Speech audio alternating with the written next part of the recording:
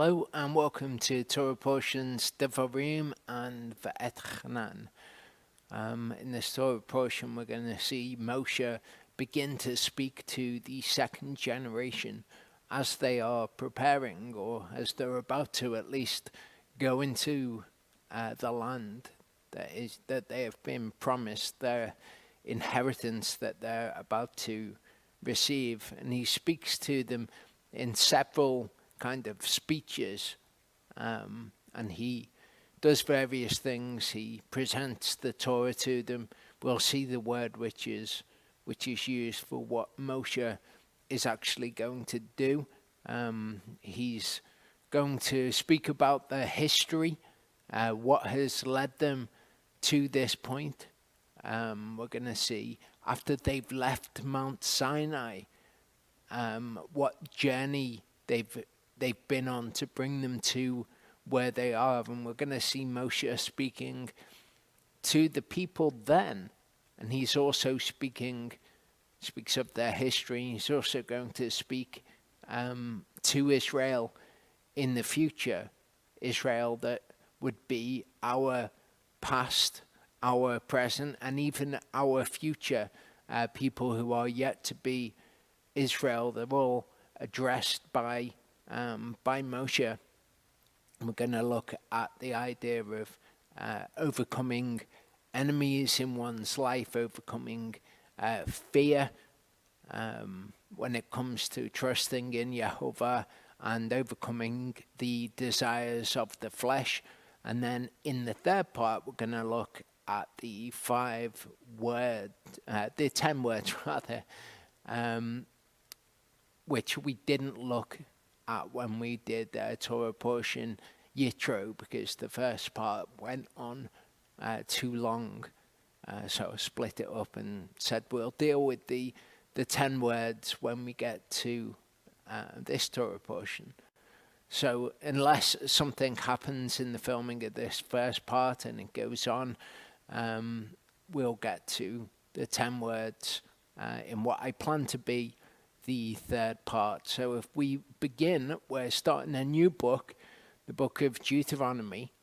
Deutero meaning second, nomos meaning law. So the Latin from which we get Deuteronomy is, it means second law, the second time that the law is given. First off, we see Yehovah telling Moshe what the Torah that he is to teach the children of Yisrael is to be. And then in the book of Deuteronomy, we actually see Moshe telling the people firsthand. So first time we hear these things, they come from Yehovah. Second time we hear of them recorded anyway in Scripture, we see Moshe telling the people in this series of speeches, if you like, that he gives to the people. So verse 1 says, "These are the words which Yehovah spoke to all which Moshe spoke to all Israel beyond the Jordan, in the wilderness, in the desert plain opposite Suf, between Paran and Tefel and Lavan and Hatzeroth and Di Zahav, 11 days journey from Chorev by way of Mount Seir to Kadesh Barnea." So this is 11 days journey from Sinai by way of Edom, which is where Mount Seir is.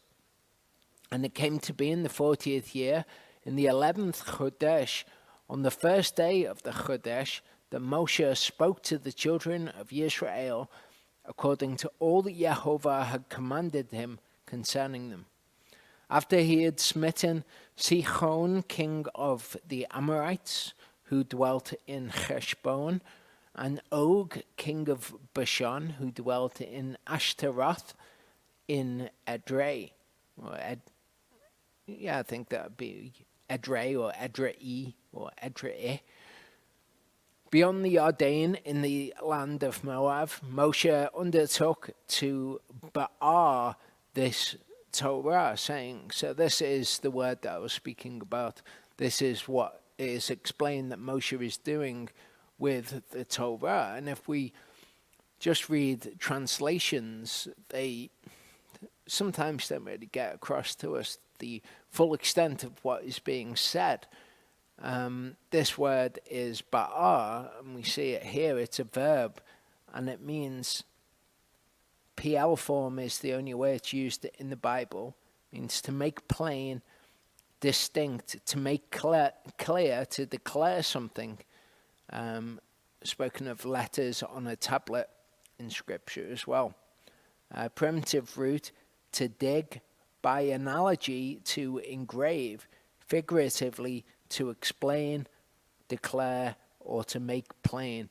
So from this idea of engraving something on a tablet of stone, we might say in English that something is set in stone, and that's kind of established that way. Similar sort of figurative idea which is used here, the idea of something being engraved in stone, it being plain, it being distinct. So what Moshe is doing here isn't really just to declare the Torah to them. He is going to do that, but what we see him actually do is to explain, to teach the Torah to the children of Israel. So we've heard it from Yehovah's mouth. Now we're going to hear it from Moshe's mouth. This is Gesenius. It says here that it's not used in the kal, which is the same as the pa'al form. That's the plain form of the verb. It's always used in the PL form in Scripture. And it says here that PL means to engrave letters on a stone, to explain, to declare, to dig out the sense of something, and to set it forth when dug out. So we might say that we're going to dig into the Scriptures. So that's kind of what Moshe is doing here. He's not really just declaring it. That is, it's a translation that you could use, but I hope that you see that what sense we get of what is happening in the Scriptures can largely come from the translator's bias. And sometimes decisions can be stylistic. So the King James Version is written in a certain way to sound in a certain way, and I'm sure that that was to do with the style and the fashion of the times, how things were to sound. So decisions on translation can be based on reasons as superficial as stylistic decisions. It often profits us to go to the Hebrew or to go to the Greek. So I would very much recommend a beginner's course in Hebrew or a beginner's course in Greek, because you'll get so much more out of the Scriptures if you can go to the actual text. And Hebrew's really not all that hard at all to learn. It's quite a simplistic language, and just a little bit of understanding of Hebrew can benefit you a lot. Greek's a little bit harder, but once you get over that initial hurdle with Greek, things start to make sense very quickly. So I would recommend that to you, because you don't really want to just be relying on a translation to understand what Yehovah is saying. If the original language it was written in has concepts in that cannot be conveyed entirely or concisely in English, maybe just a little bit of an understanding of Hebrew would profit you. Certainly when it comes to the Torah, if you want to just start with, well, I'm going to learn a little bit of Hebrew, and then I can get to grips with the very foundation of the Scriptures, which is the Torah. It's Yehovah's kind of definition of righteousness, and it's from the Torah that we have all the rest of the scriptures built upon that foundation. So if you can grapple with that on a deeper level, that will profit you. Verse 6 says, Yehovah our Elohim spoke to us in Chorev, that's where Mount Sinai is, saying, you have dwelt long enough at this mountain. Turn and set out on your way, and go into the mountains of the Amorites, and to all the neighboring places in the desert plain, in the mountains and in the low country, and in the Negev, to where that means south, and on the sea coast, to the land of the Canaanites, and to the Lebanon, as far as the great river, the river Euphrates. So this is quite interesting here. He's saying to them, look, you've been at Mount Sinai, where you've learnt the Torah. You've been here long enough. Now I want you to go out and I want you to face these enemies. Set out on your way. And that's analogous to our discovery of the scriptures and what we are to do. There's no point in just learning the manual, if you like, if you never go out to start practically applying that in your life. We hear of people who are always learning and never able to come to a knowledge of the truth. You actually have to put what you have learned into practice, and they have to go out and they have to face physical enemies in their life. For us, Yehovah is not commanding us to go out and to face enemies who might want to kill us here in the physical realm.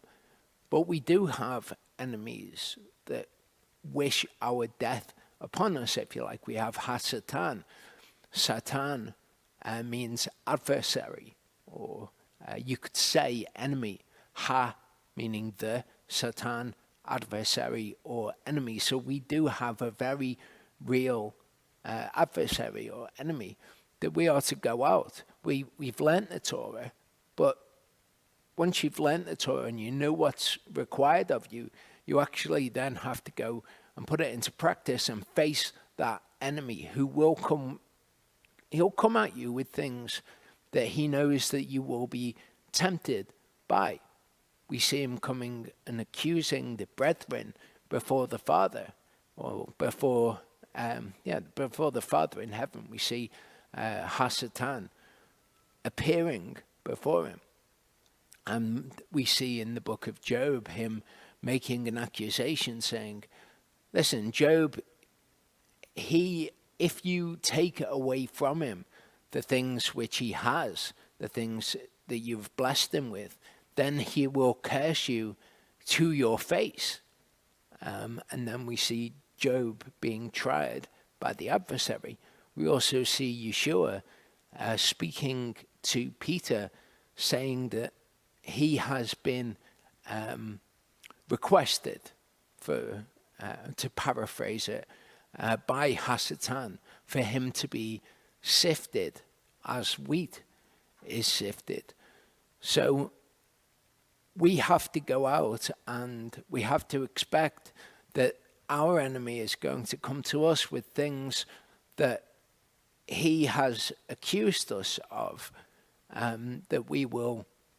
he has accused us that we will fall if we are tempted in certain ways. If he comes with certain things, of course, temptation comes from inside of one's soul. It doesn't come from the adversary. Each man is tempted by what is within each man. So he comes with something which he has accused us of being tempted by, or saying this person will do this if tempted by this, and then the trial begins. So learning the Torah, that's all well and good, and that is good to learn the Torah. But you have to then say, okay, I've sat at this mountain learning the Torah long enough. I am now ready to go and put this into practice. As Peter puts it, add to your knowledge self-control. Okay, once you've got knowledge of what the Torah is, which they've gained at Sinai. Now they have to have self-control. Okay, they have to go out and face the enemies, which, to a man's eyes would be enemies that they could not overcome. And you'll have similar challenges in your life.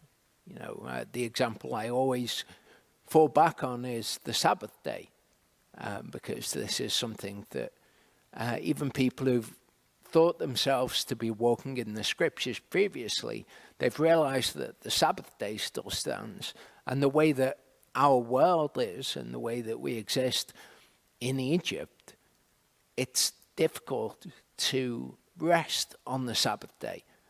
And people may well be faced with a temptation of, well, if you don't work, then you're going to lose your job, for example.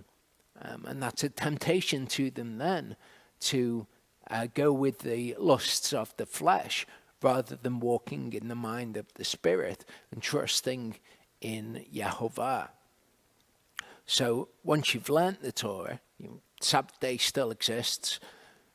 It's not enough to just dwell at the mountain thinking about, wow, the law still stands. Just think about how bad the Christian church is, which is a place where a lot of people kind of land, how bad the Christian church is, and then kind of focusing on what they're doing wrong rather than implementing it in your own life. And when the enemy comes with a temptation, when the enemy comes and you have doubts in your mind, because the natural way of things would be that if you were to follow the Spirit, that it would have bad consequences for you or for your family. What you have to do in that is you have to face it. You have to acknowledge that you are fearful, but to trust in Yehovah even in the face of that fear, and to overcome the fear, overcome the desires of the flesh, and to conquer the enemies. See, I have set the land before you. Go in and possess the land which Yehovah swore to your fathers, to Abraham, to Yitzchak, and to Yaakov, to give to them and their seed after them. And of course, the land is set before us. It is something which is yet future, which is promised to us, and therein lies the test of your faith again. Are you going to go with what your flesh wants in the moment? You're going to try to make your own life easy, or are you going to see that over that is Yehovah, and that you have something that you're working towards beyond just the things which are in front of your face? Go in and possess the land, as Moshe tells them. And I spoke to you at that time, saying, I am unable to bear you by myself. Yehovah, your Elohim, has increased you. And see, you are today as numerous as the stars of the heavens. Yehovah, Elohim of your fathers, is going to add to you 1,000 times more than you are, and bless you as he has spoken to you. How do I bear your pressure and your burden and your strife? By myself. And we saw this in the book of Numbers 11, 14 to 17 says, I'm unable to bear all these people alone because the burden is too heavy for me. And if you are doing this to me, please slay me altogether. If I found favor in your eyes, and let me not see my evil. Then Yehovah said to Moshe, gather to me 70 men of the elders of Israel, whom you know to be elders of the people and officers over them, and bring them to the tent of meeting, and let them stand there with you. And I shall come down and speak with you there, and shall take of the Spirit that is on you, and put on them, and they shall bear the burden of the people with you, so that you do not bear it yourself alone. And I think there's something which is important to consider in this, that Yehovah speaks to us in his word, and he acknowledges in several places that we might well feel fear in our hearts, or doubt in our hearts about something. But he says, when you feel that fear, fear not. Trust in me. And what Moshe does here, I think, is something which is useful to do if you do feel fear, you feel doubt over it. You can't pretend to Yehovah that you don't feel that you are not exasperated or frustrated about something. So it's good to go to Yehovah and to present the problem to him as you see it and say, look, this is how I feel over it. And this is what we see Yehovah doing. He responds and he says, okay, here is the solution.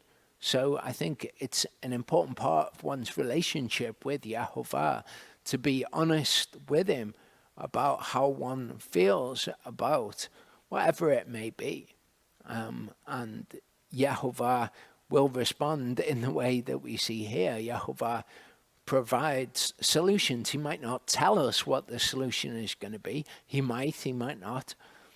But Yehovah works with us in the relationship. So don't ever feel like you are, that you need to put up a front to Yehovah. You need to put on a strong face to Yehovah as if he doesn't already know what the problem is.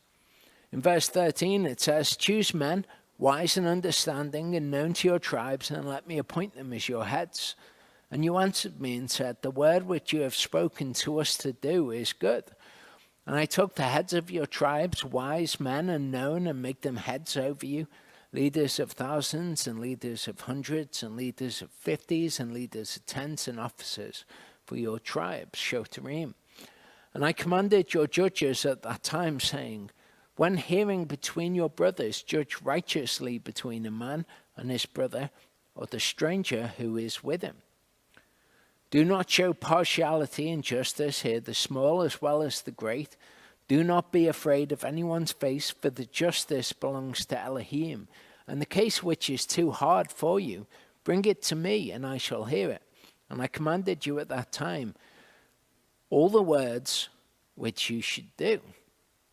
Now we have this instruction being given. We don't actually have a record of this being done previous to this, but when we get to Torah portion Shoftim, we will see that this is how the people of Israel are commanded, how they're instructed about the Torah. And what is said in Deuteronomy 16, appoint judges and officers, Shoftim, Shotrim, within all your gates, which Yehovah your Elohim has given you, according to your tribes, and they shall judge the people with righteous justice. Do not distort justice, do not show partiality, do not take a bribe, for a bribe blinds the eyes of the wise and twists the words of the righteous. Follow righteousness alone, so that you live and inherit the land which Yehovah your Elohim is giving you. Verse 19 says, then we set out from Cherev and went through all that great and awesome wilderness which you saw on the way to the mountains of the Amorites, as Yehovah our Elohim had commanded us. And we came to Kadesh Barnea. And I said to you, you have come to the mountains of the Amorites, which Yehovah our Elohim is giving us. See, Yehovah your Elohim has set the land before you. Go up and possess it, as Yehovah Elohim of your fathers has spoken to you. Do not fear, nor be discouraged.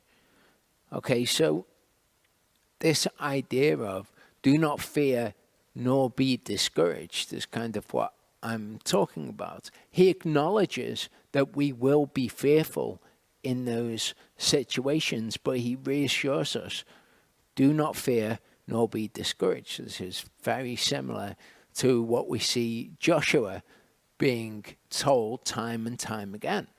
Yehovah knows that we will be doubtful, that we will be fearful about things, because in a universe of consequence following action, we can reasonably foresee what the consequences of actions will be.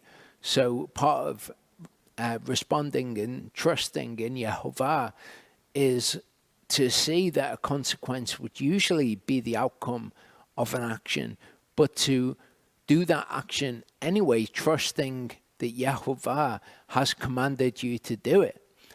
To see that, usually what would come from doing a certain thing, not working on a certain day, would be that you will be left without a job, left without income, unable to look after your family. But to rely on the covenant that you've made with Yehovah and rely upon him to do his part if you do your part. In Deuteronomy 7:17-19, it says, when you say in your heart, these nations are greater than I am unable to drive them out. Do not be afraid of them. Remember well what Yehovah your Elohim did to Pharaoh and to all Mitzrayim. The great trials which your eyes saw, and the signs and the wonders, the strong hand and the outstretched arm by which Yehovah brought you out, Yehovah your Elohim does so to all the peoples of whom you are afraid. So he doesn't say, when you go out against your enemies, do not be fearful of them. He says, when you say in your heart, these nations are greater than I, he understands that that will be our response. As I say, that's part of the very trial which we are undergoing. If it wasn't scary for us to do something, then it wouldn't be a test of our faith. It wouldn't prove that we believe Yehovah at his word.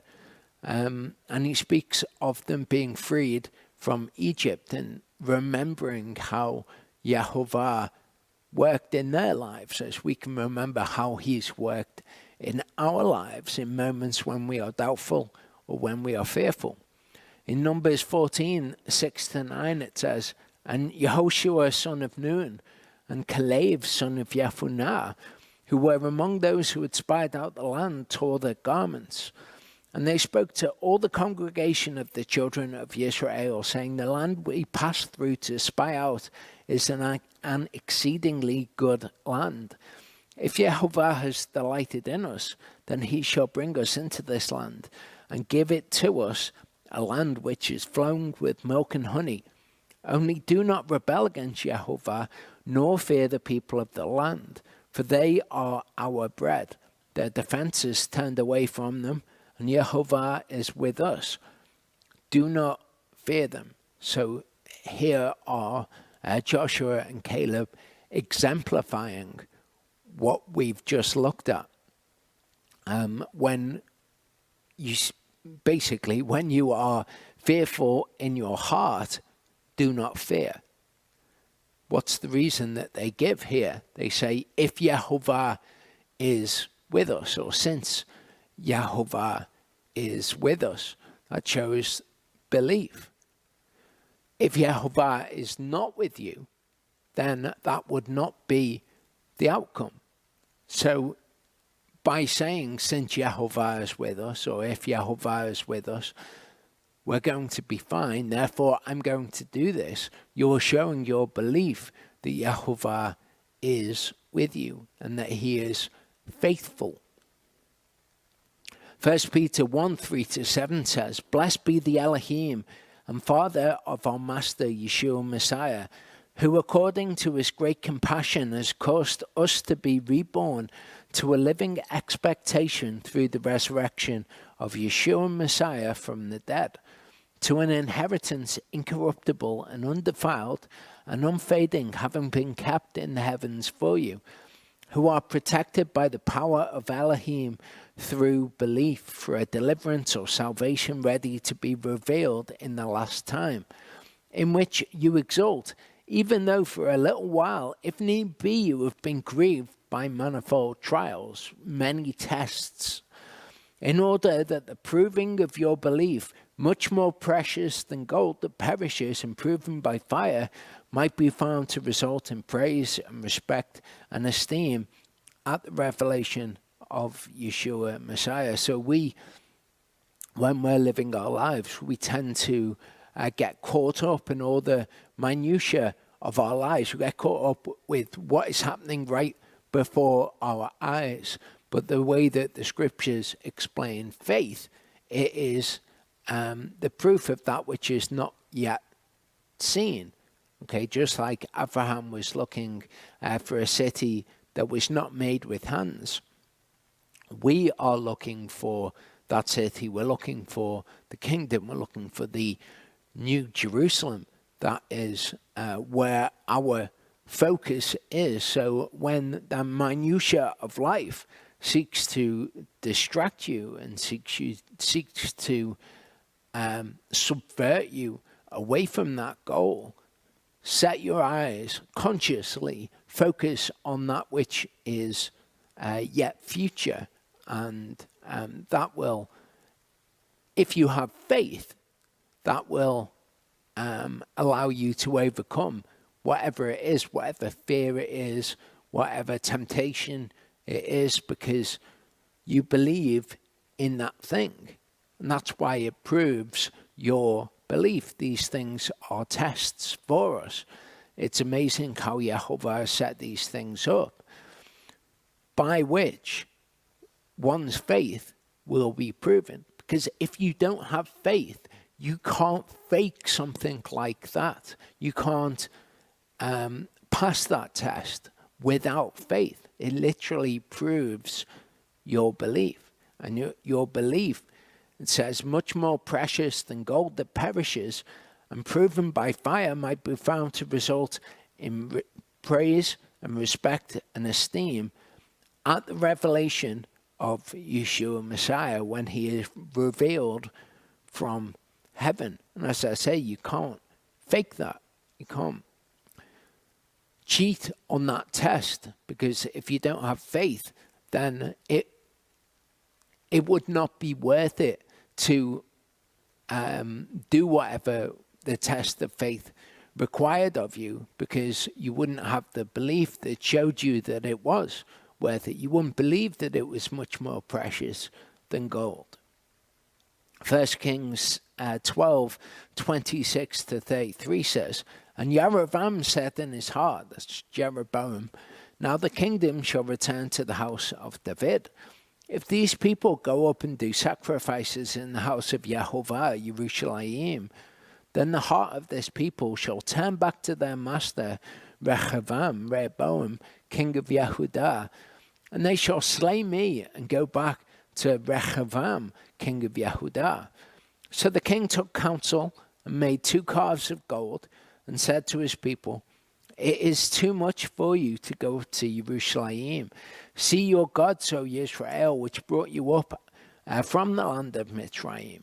And he set one up at Bethel, and the other he put in Dan. And this matter became a sin, for the people went before the one as far as Dan. And he made the house of the high places, and made priests from all sorts of people who were not the sons of Levi.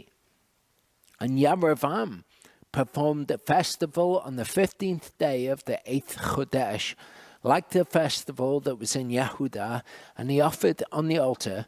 So he did at Bethel, sacrifice to the calves that he had made. And at Bethel he appointed the priests of the high places which he had made.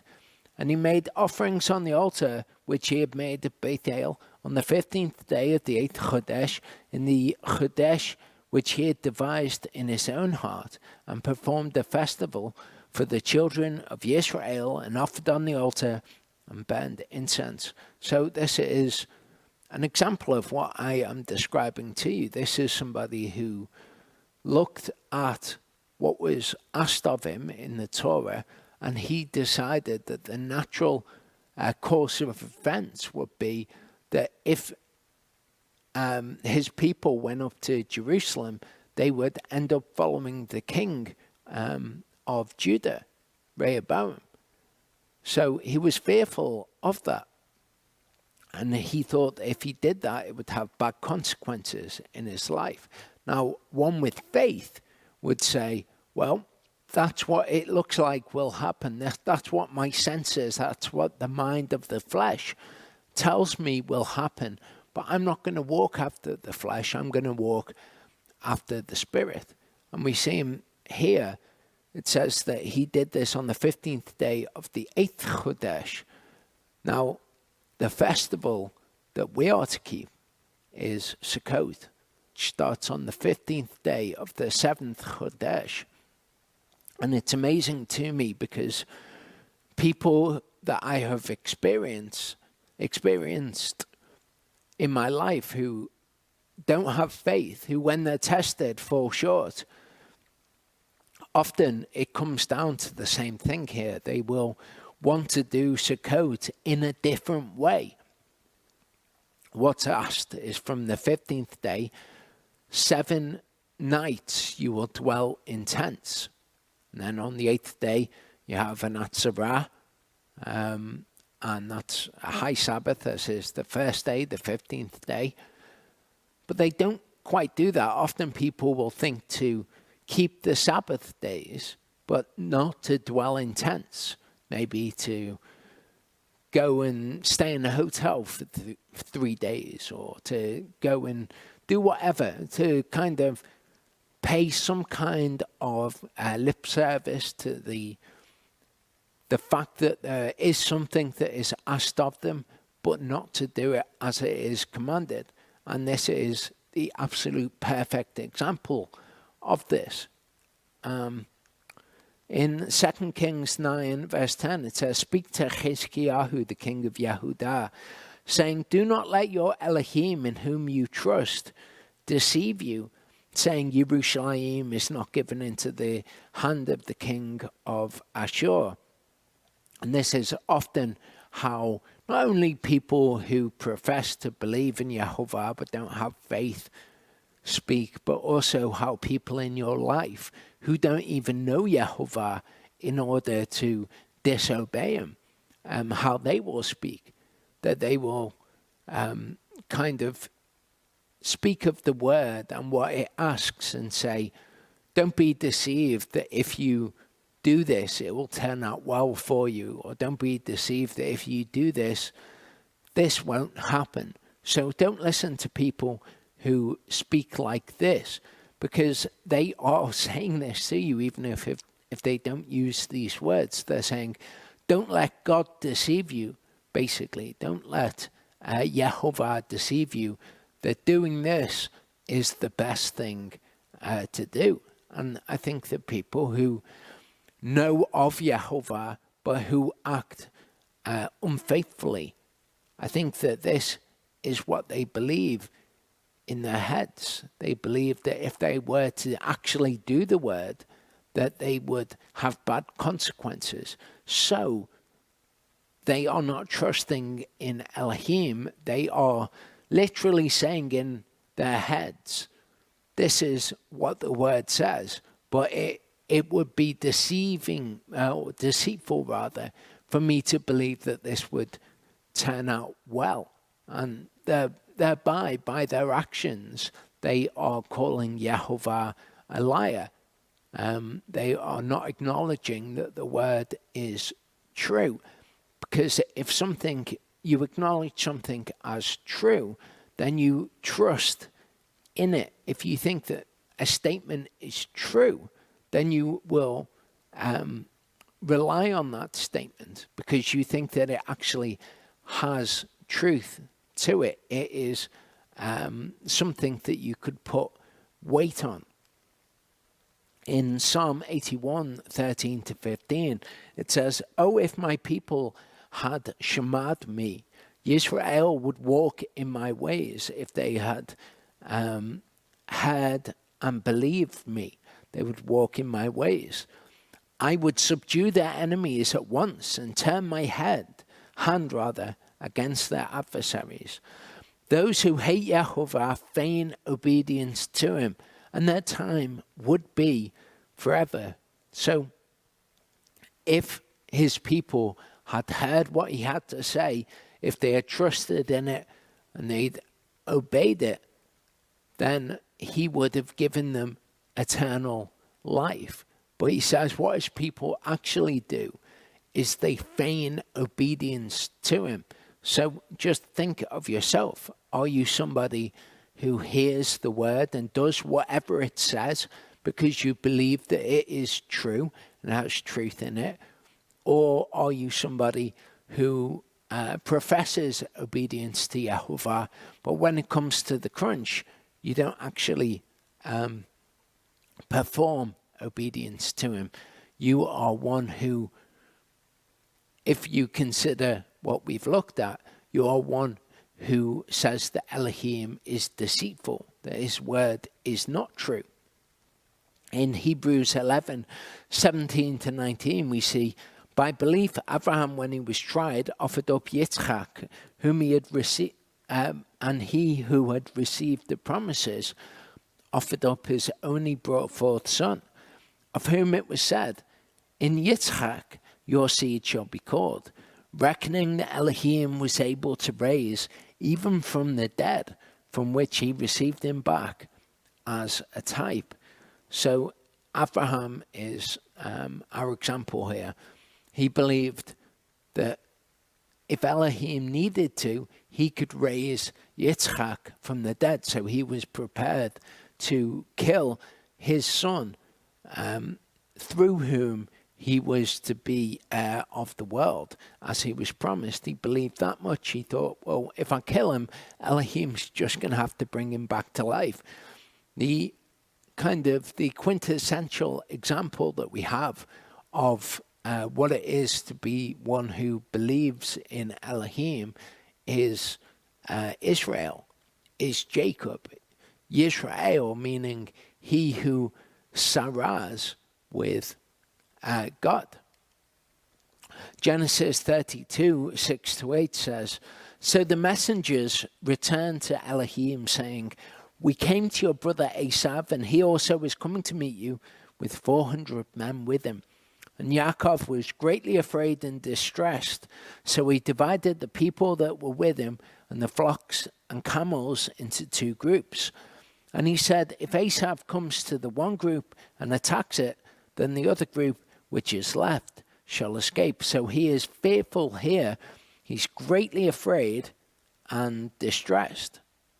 Okay, and he reckons something which is kind of in line with our causal universe. If he comes to one group, the other group which is left shall escape. So he's trying to plot how he can do what Yehovah has said, but not really believe in him fully.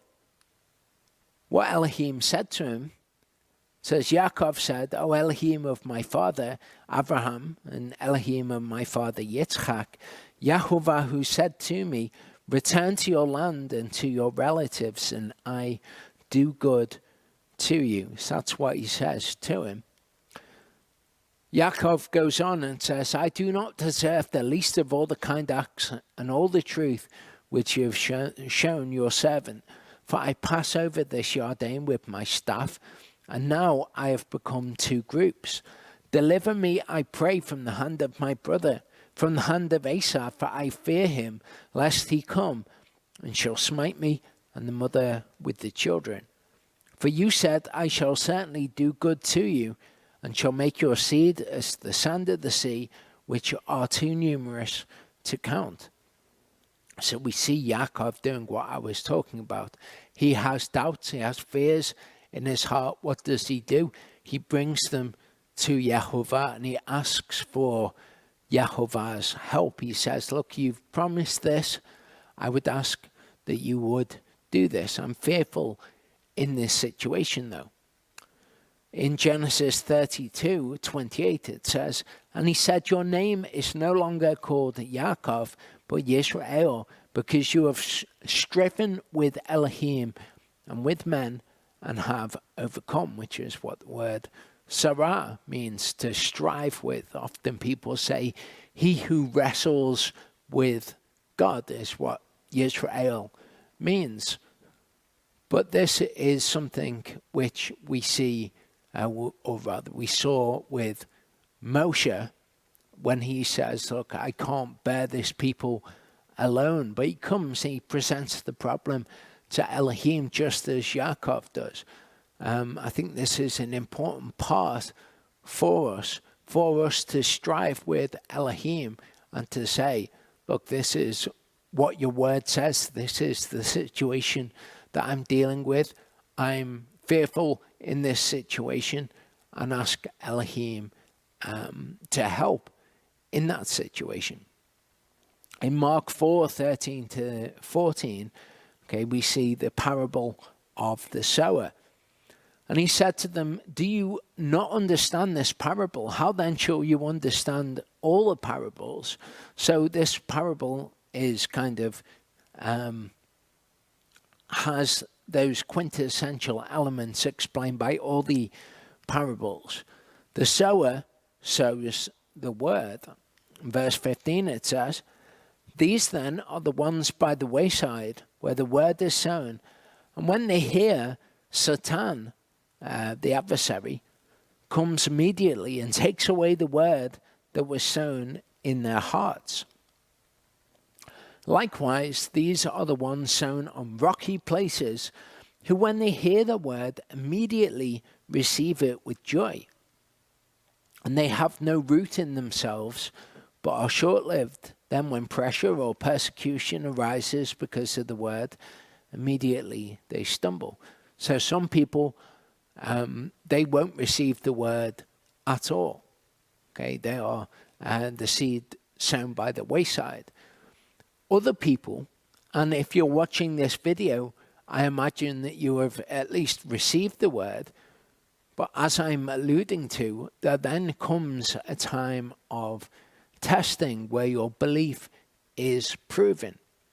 Okay, and some people will fall into this category. They have no root in themselves. They're short-lived in their joy for the word. And when pressure or persecution arises because of the word, they stumble. Okay, so if you're not Israel, in a way there's very little that I can do or say that will make you become Israel. But what I can do for people who do have faith is that I can point out things which might be or might appear to be convenient excuses, so that you can recognize those things, and so that you can say, no, actually, persecution because of the word is not reason for me to not do the word, even though it seems like it might be reasonable for me to not do it here.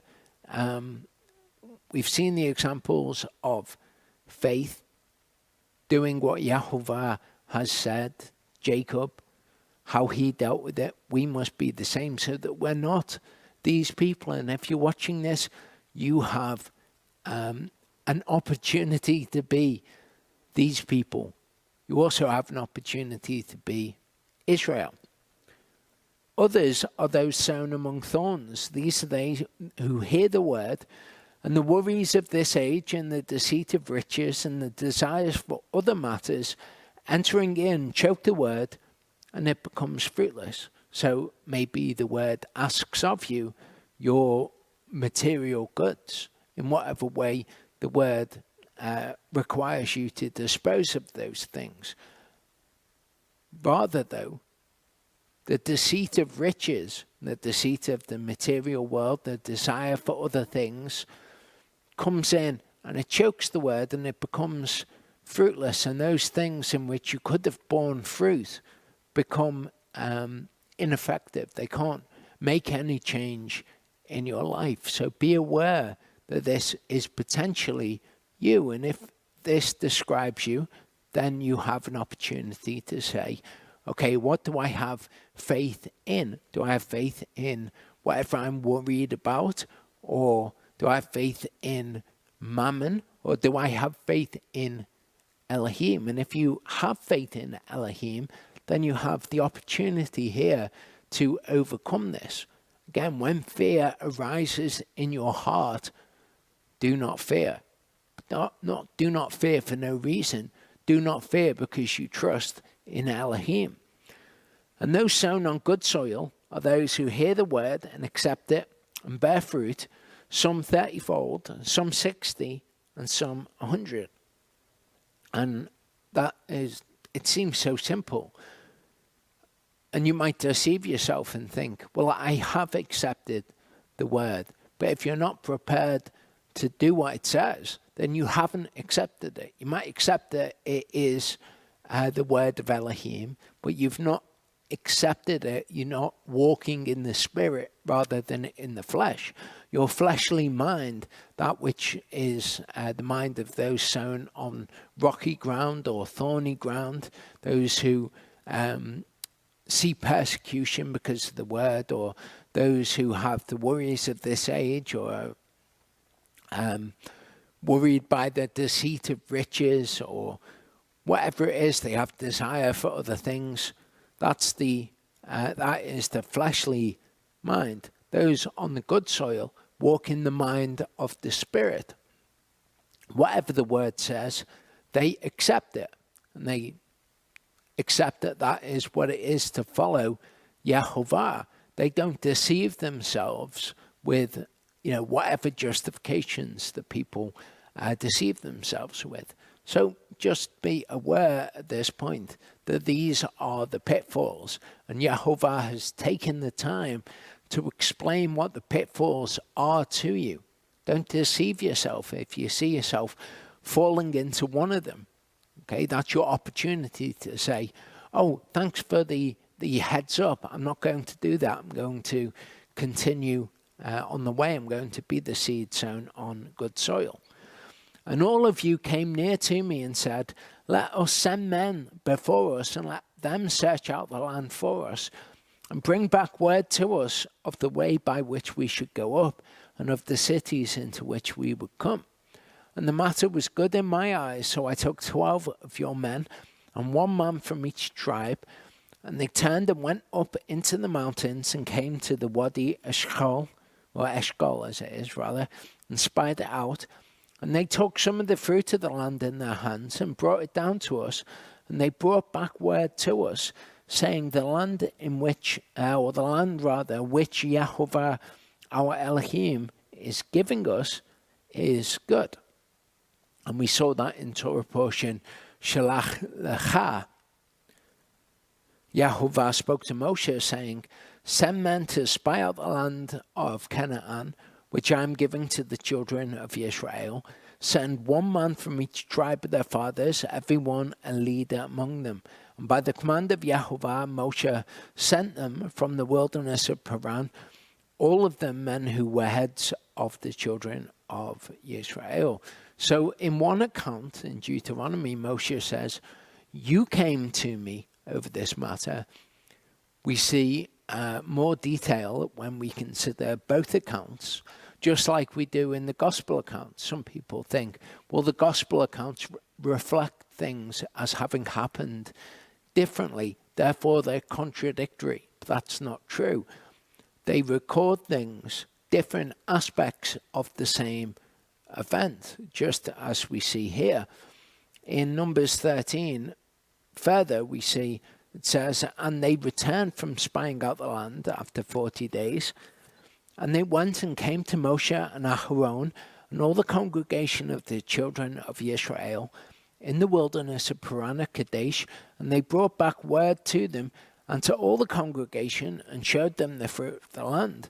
And they reported to him and said, we went to the land where you sent us, and truly it flows with milk and honey, and this is its fruit. But the people who dwell in the land are strong, and the cities are walled, very great, and we saw the descendants of Anak there too. So they are the people who, if you like, receive the word with joy, and they come back and they say, the land where you sent us, it's great, it flows with milk and honey. However, here it comes. We are worried by the worries of this age. For example, we're worried by the descendants of Anak, who were huge men. They they were worried by what came before their eyes. They were worried because of, if you like, the persecution that would arise because of the word. In their eyes, if they went in, there were these giant fellas there that were going to kill them. So all the way through the word, we see these pictures. It's, again, the fractal, which we've considered previously, that we have all the way through the word. The big picture being, you're to have faith in the word. You're to do what is asked of you. Things may make you fearful, but when you're fearful in your heart, do not fear. That's kind of the big picture, fractal. And then as you zoom in more and more onto the minutiae, this detail, you see the whole picture within the smaller picture. And as you zoom in further, you see the same thing again. Those giant truths are present all the way through the word. Those giant truths are what we see Yeshua expressing in his parables, as we see expressed in the actual real history of Israel, as you will see expressed in your life. But you would not go up and rebelled against the mouth of Yehovah your Elohim, and grumbled in your tents and said, because Yehovah was hating us, he has brought us out of the land of Egypt to give us into the hands of the Amorites to destroy us. Where are we going to? Our brothers have made our hearts melt, saying the people are greater and taller than we. The cities are great and walled up to the heavens, and we saw the sons of the Anakim there too. Numbers 14, 1-3. That's what this looked like. Then all the congregation lifted up their voices and cried, and the people wept that night. And all the children of Israel grumbled against Moshe and against Aharon. And all the congregation said to them, if only we had died in the land of Mitzrayim, or if only we had died in this wilderness. And why is Yehovah bringing us to this land to fall by the sword, that our wives and children should become a prey? Would it not be better for us to turn back to Mitzrayim? So if Moshe is the Torah and Aharon is the high priest, Yeshua is our high priest, then we can see again one of the fractals. Okay, Moshe, the Word, Yeshua, the Word made flesh. People come and they grumble against the Word. Why? Because they are fearful of what will happen if they follow the Word. Again, it's the same fractal. Okay, people being fearful of what will happen. That essential element of the test that you will see in your own life. Will you do what these people do and grumble against the word, or will you show your faith, that the proving of your faith might be found to your esteem and the revelation of Yeshua Messiah? Then I said to you, have no dread or fear of them. Yehovah your Elohim, who's going before you, he does fight for you according to all that he did for you in Mitzrayim before your eyes. So again, this is the encouragement that we all have. Same fractal. You're going to be fearful. Will you grumble against the word, or will you believe that Yehovah your Elohim goes before you into these situations which the causal world in which we live would dictate to us that there's going to be a bad consequence if we follow the word? Two choices: grumble against the word, believe the word.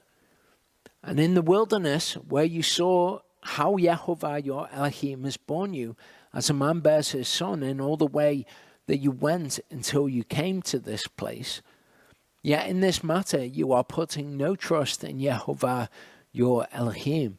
Again, same thing that will arise in your life. You've seen all the things by which Yehovah has influenced your life? Are you going to remember that? Or are you going to come to a matter and say, in this matter, I have no trust in Elohim, even though he has more than proven himself to me previously? Who is going before you in the way to set out a place for you to pitch your tents, to show you the way you should go, in fire by night and in a cloud by day? Numbers 14, 5-9, we saw then Moshe and Aharon fell on their faces before the assembly of the congregation of the children of Israel. And Yehoshua son of Nun and Caleb son of Jephunneh, who were among those who had spied out the land, tore their garments. And they spoke to all the congregation of the children of Israel, saying, the land we passed through to spy out is an exceedingly good land. If Yehovah has delighted in us, then he shall bring us into this land and give it to us, a land which is flowing with milk and honey. Only do not rebel against Yehovah, nor fear the people of the land, for they are our bread. Their defense is turned away from them, and Yehovah is with us. Do not fear them. So this is the reaction of those who have faith. I think this actually belies what the problem is with a lot of people who don't have faith. Because they don't have faith, they don't think that Yehovah is going to be with them, because they've not shown faith in him in the past. So when they say, if Yehovah has delighted in us, he shall do this, that is the kind of the peace that comes from loving Yehovah's Torah, saying, well, I walk well before him.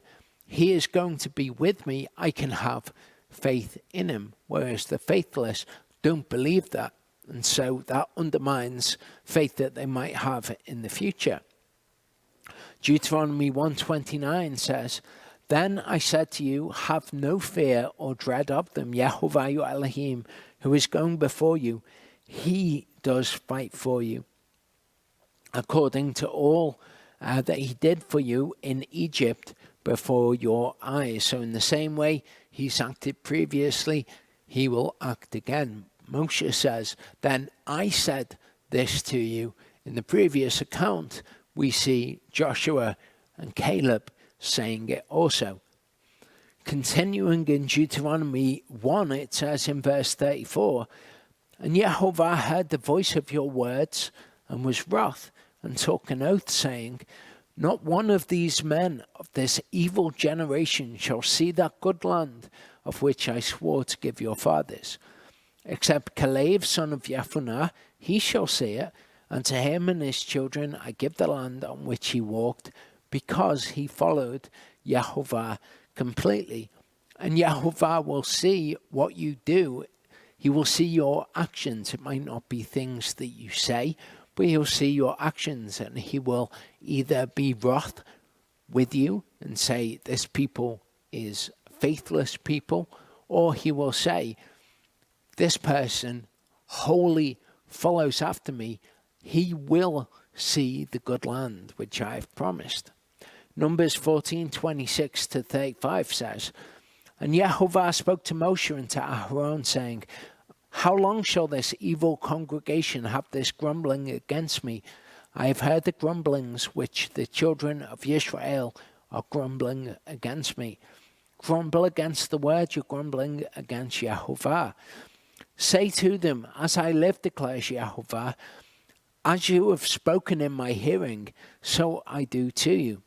The carcasses of you who have grumbled against me are going to fall in this wilderness, all of you who were registered, counted in the census, according to your entire number, from 20 years old and above.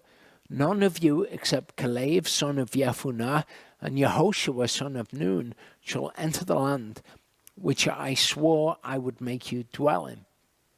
But your little ones, whom you said will become a prey, I shall bring in, and they shall know the land which you have rejected. But as for you, your carcasses are going to fall in this wilderness. And your sons shall be wanderers in the wilderness 40 years, and shall bear your whorings until your carcasses are consumed in the wilderness. According to the number of the days in which you spied out the land, 40 days, a day for a year, a day for a year, you are to bear your iniquities 40 years, and you shall know my alienation. I am Yehovah, I have spoken, I shall do this. To all this evil congregation who are meeting against me, in this wilderness they are consumed, and there they die. So each one of us has what Yehovah has sworn to those who love him. We have that opportunity. Or we can do as these people did, and we can reject it. Same fractal which is playing out there. You can either be faithless, or you can be one of the very few who are faithful.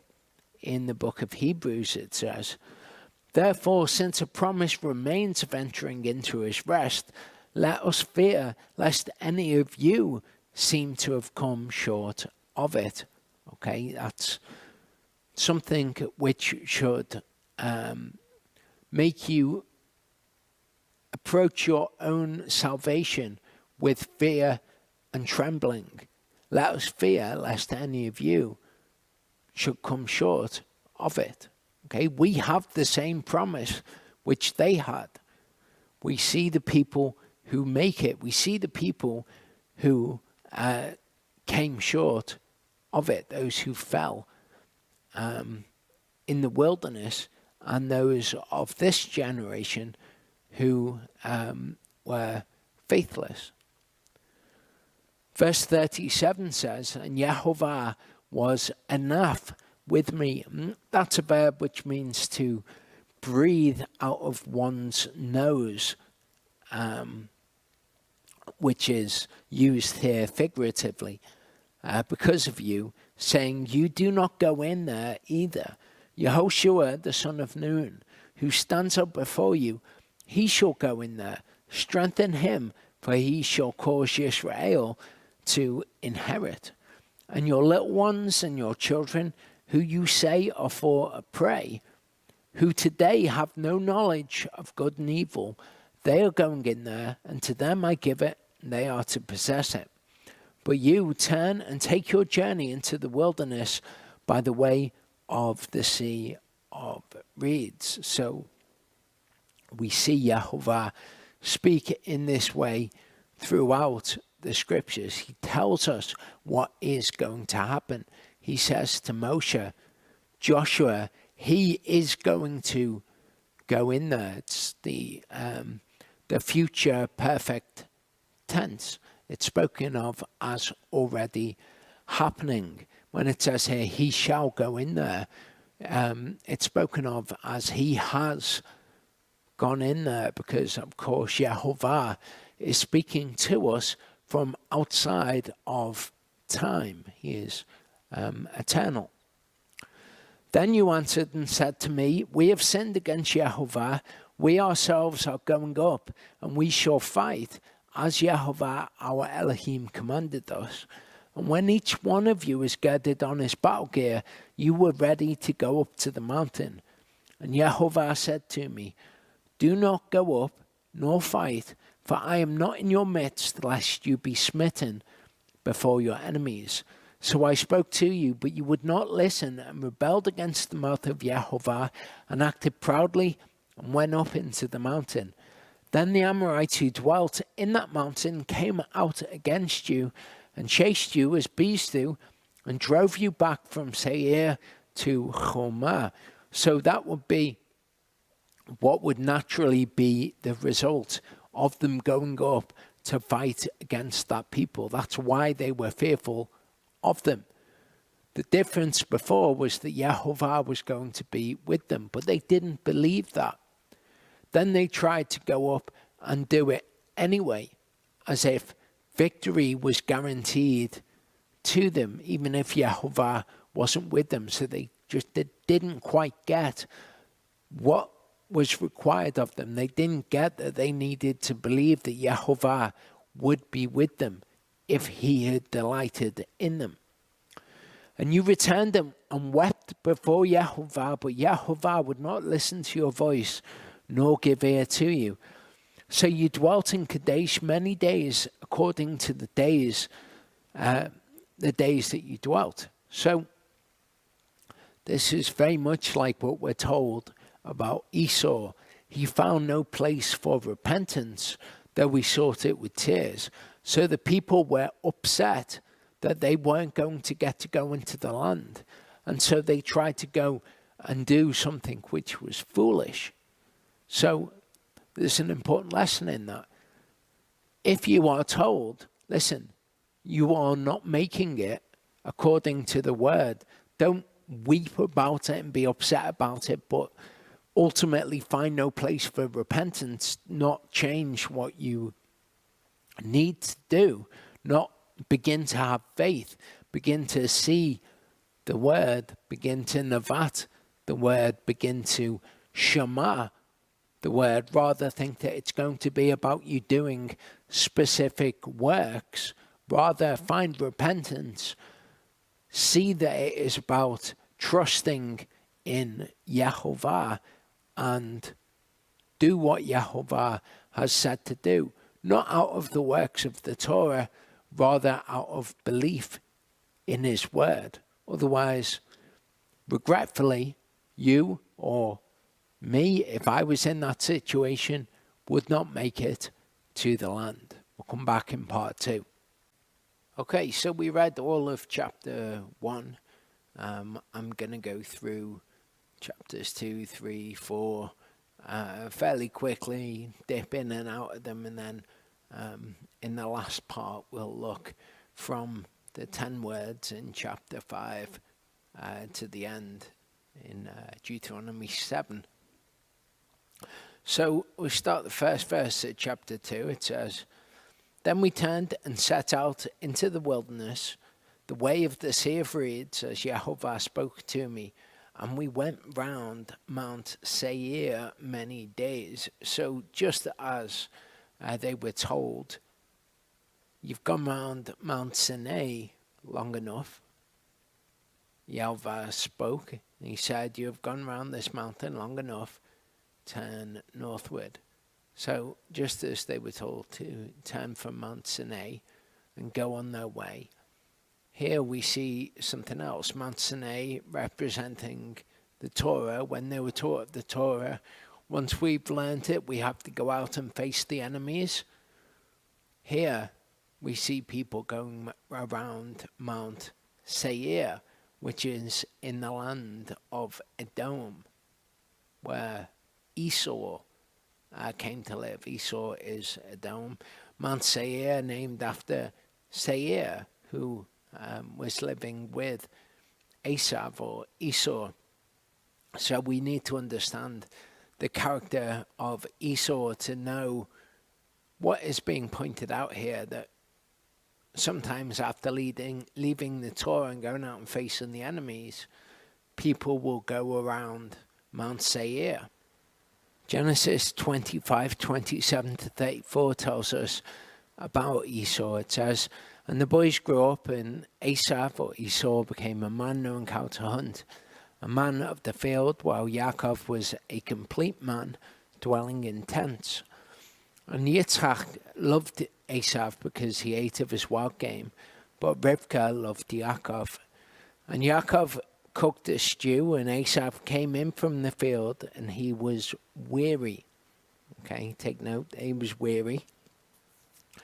Esav said to Yaakov, "Please feed me with that same red stew, for I am weary."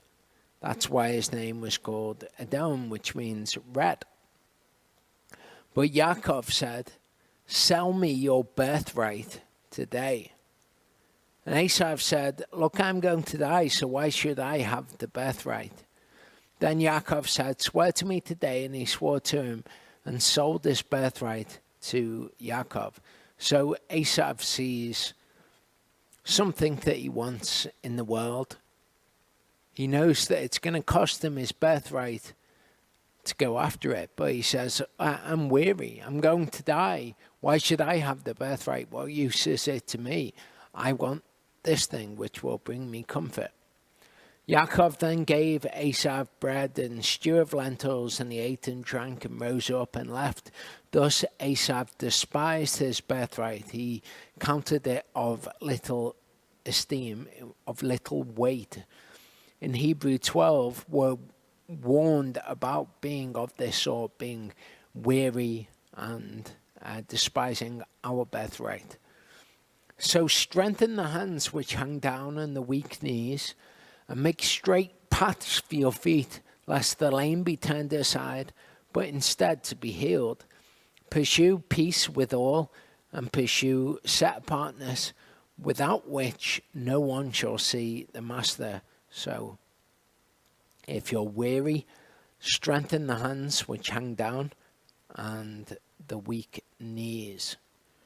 See to it that no one falls short of the favor of Elohim, and that no root of bitterness springing up causes trouble, by which many become defiled. Lest there be anyone who whores or profane one like Esav, who for a single meal sold his birthright. For you know that afterward, when he wished to inherit the blessing, he was rejected.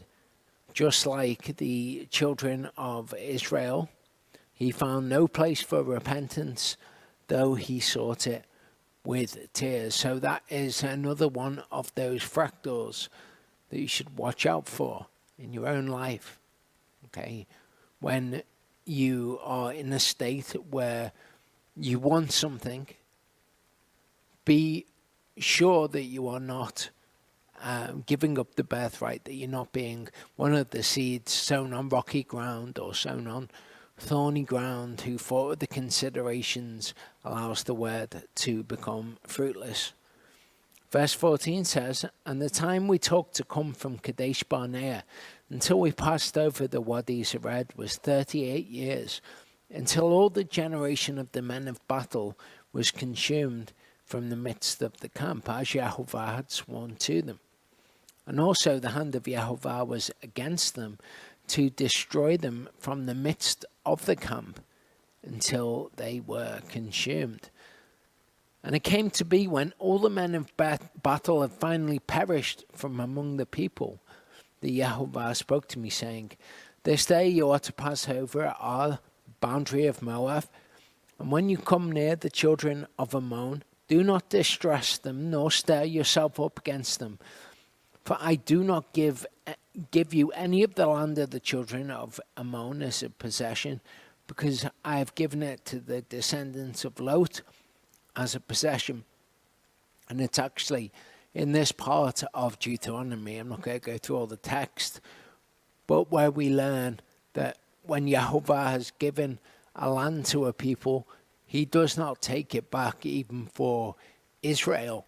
Also, we learn that just as Yehovah got rid of the giants for Israel, he did the same for other people groups. When I say the giants, I'm talking about giant men, not 150-foot tall giants. And I sought favor with Yehovah at that time. There we have that word Va'etchanan, they named the Torah portion. So this is the second Torah portion, beginning in Deuteronomy 3:23. O Master Yehovah, you have begun to show your servant your greatness and your strong hand. For who is a God in the heavens or on the earth who does according to your works and according to your might? I pray, let me pass over and see the good land beyond the Ardennes, this good hill country and Lebanon. So I sought favor, or I sought grace. You could have it translated if that is a more familiar concept to you. And the grace that he's seeking is that he will be let to cross over the Jordan into the promised land. But Yehovah was enraged with me, alas, for your sake, because of you, and would not listen to me. And Yehovah said to me, enough, speak no more to me about this matter. Go up to the top of Pisgah and lift up your eyes westward and northward and southward and eastward, and look with your eyes, for you do not pass over this Yarden, but charge Yahushua and strengthen him and make him brave, for he does pass over before this people and causes them to inherit the land which you see. And we dwelt in the valley opposite Beth Peor. Okay, and this is where we see the children of Israel going after Baal Peor. We see the events that we see in Torah portion Balak. In Deuteronomy 4 verse 2 it says, "Do not add to the word which I command you, and do not take away from it." Doing such is the basis of Christianity and Judaism, adding to and taking from the word to create their religions, so as to cherish the commands of Yahovah your Elohim, which I am commanding you.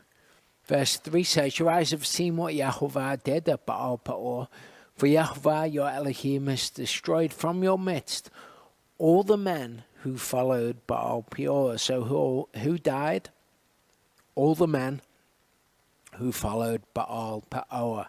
And that's an example of Yahovah killing the people with the plagues who were involved in the wickedness. We see that in several places, and we see in Psalm 78 that doing so made atonement for his dwelling place, which was in the midst of the children of Israel. But you who are clinging to Yahovah your Elohim are alive today, every one of you. So who are the people who are destroyed? The ones who did not cling to Yahovah. "See, I have taught you laws and justices as Yahovah my Elohim commanded me to do, thus in the land which you go to possess. And you have cherished and done them, for this is your wisdom and your understanding before the eyes of the peoples who hear all these laws. And they have said, only a wise and understanding people is this great nation." Okay, so these are to be done before the eyes of the people, and the peoples rather, the other people than Israel. That is what being a light to the Gentiles is.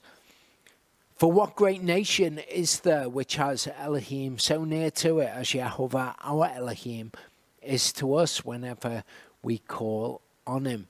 Okay, they'll see your works and they will give glory to your Father who is in heaven. "And what great nation is there that has such laws and righteous justices like all this Torah which I set before you this day? Only guard yourself and guard your soul diligently, lest you forget the words your eyes have seen." Okay, that might be a weird concept to us, forgetting the words your eyes have seen, because they were told these things orally. Maybe what would be more familiar to us would be to say to forget the words your ears have heard. For us, we have the scriptures and we are reading these things, so this would be even more true for us. The words which your eyes have seen, don't forget them. The word is like a mirror. Okay, don't turn away after having beheld your natural face. Don't forget the words your eyes have seen, lest they turn aside from your heart all the days of your life. And you have made them known to your children and your grandchildren, something which is emphasized in the Torah, that we would make known his works and his laws to our children. The day when you stood before Yahovah your Elohim in Horeb, again, Sinai, Yahovah said to me, "Assemble the people to me, and I make them shema my words, so that they learn to fear me all the days they live on the earth, and teach them to their children." Now, shema can mean to hear something. It can also mean and carry the connotation of having heard it, to trust it and to obey it. Yehovah can make it so that you hear his word with your ears, but he will not make it so that you obey his word. He will not make you to do something which is not in your heart. In fact, as we've seen throughout this Torah portion cycle, he may well strengthen your heart in your disobedience to him. And you came near and stood at the foot of the mountain, and the mountain burned with fire to the heart of the heavens, darkness, cloud, and thick darkness. And Yehovah spoke to you out of the midst of the fire. You heard the voice of words, but saw no form. You only heard a voice. And he made known to you his covenant, which he commanded you to do, the 10 words, and he wrote them on 2 tablets of stone. So this word nagad, okay, we see here to be conspicuous, to tell, to make known, to make clear to someone, to make something conspicuous to them. Okay, we see here it says properly to front, i.e. stand boldly out, opposite, by implication, i.e. causatively, to manifest. So he made manifest his Torah to them. He made it plain to them. And that's all that, as I say, you can expect Elohim to do. He can make it so you hear his word, but he cannot or will not make you obey it. He is not after robots that just follow his word because he has caused them to. He can make his word plain to you. And I hope that if you're watching our Torah portions, his word is made clear to you. It has been nagad to you. The Greek word used in the Septuagint instead of nagad is this one, anangelo. Okay, it's a verb. Means to announce or to make known, to make something manifest or clear. So this is the Greek word for the Hebrew word nagad. And this is an interesting word because from it we get this word,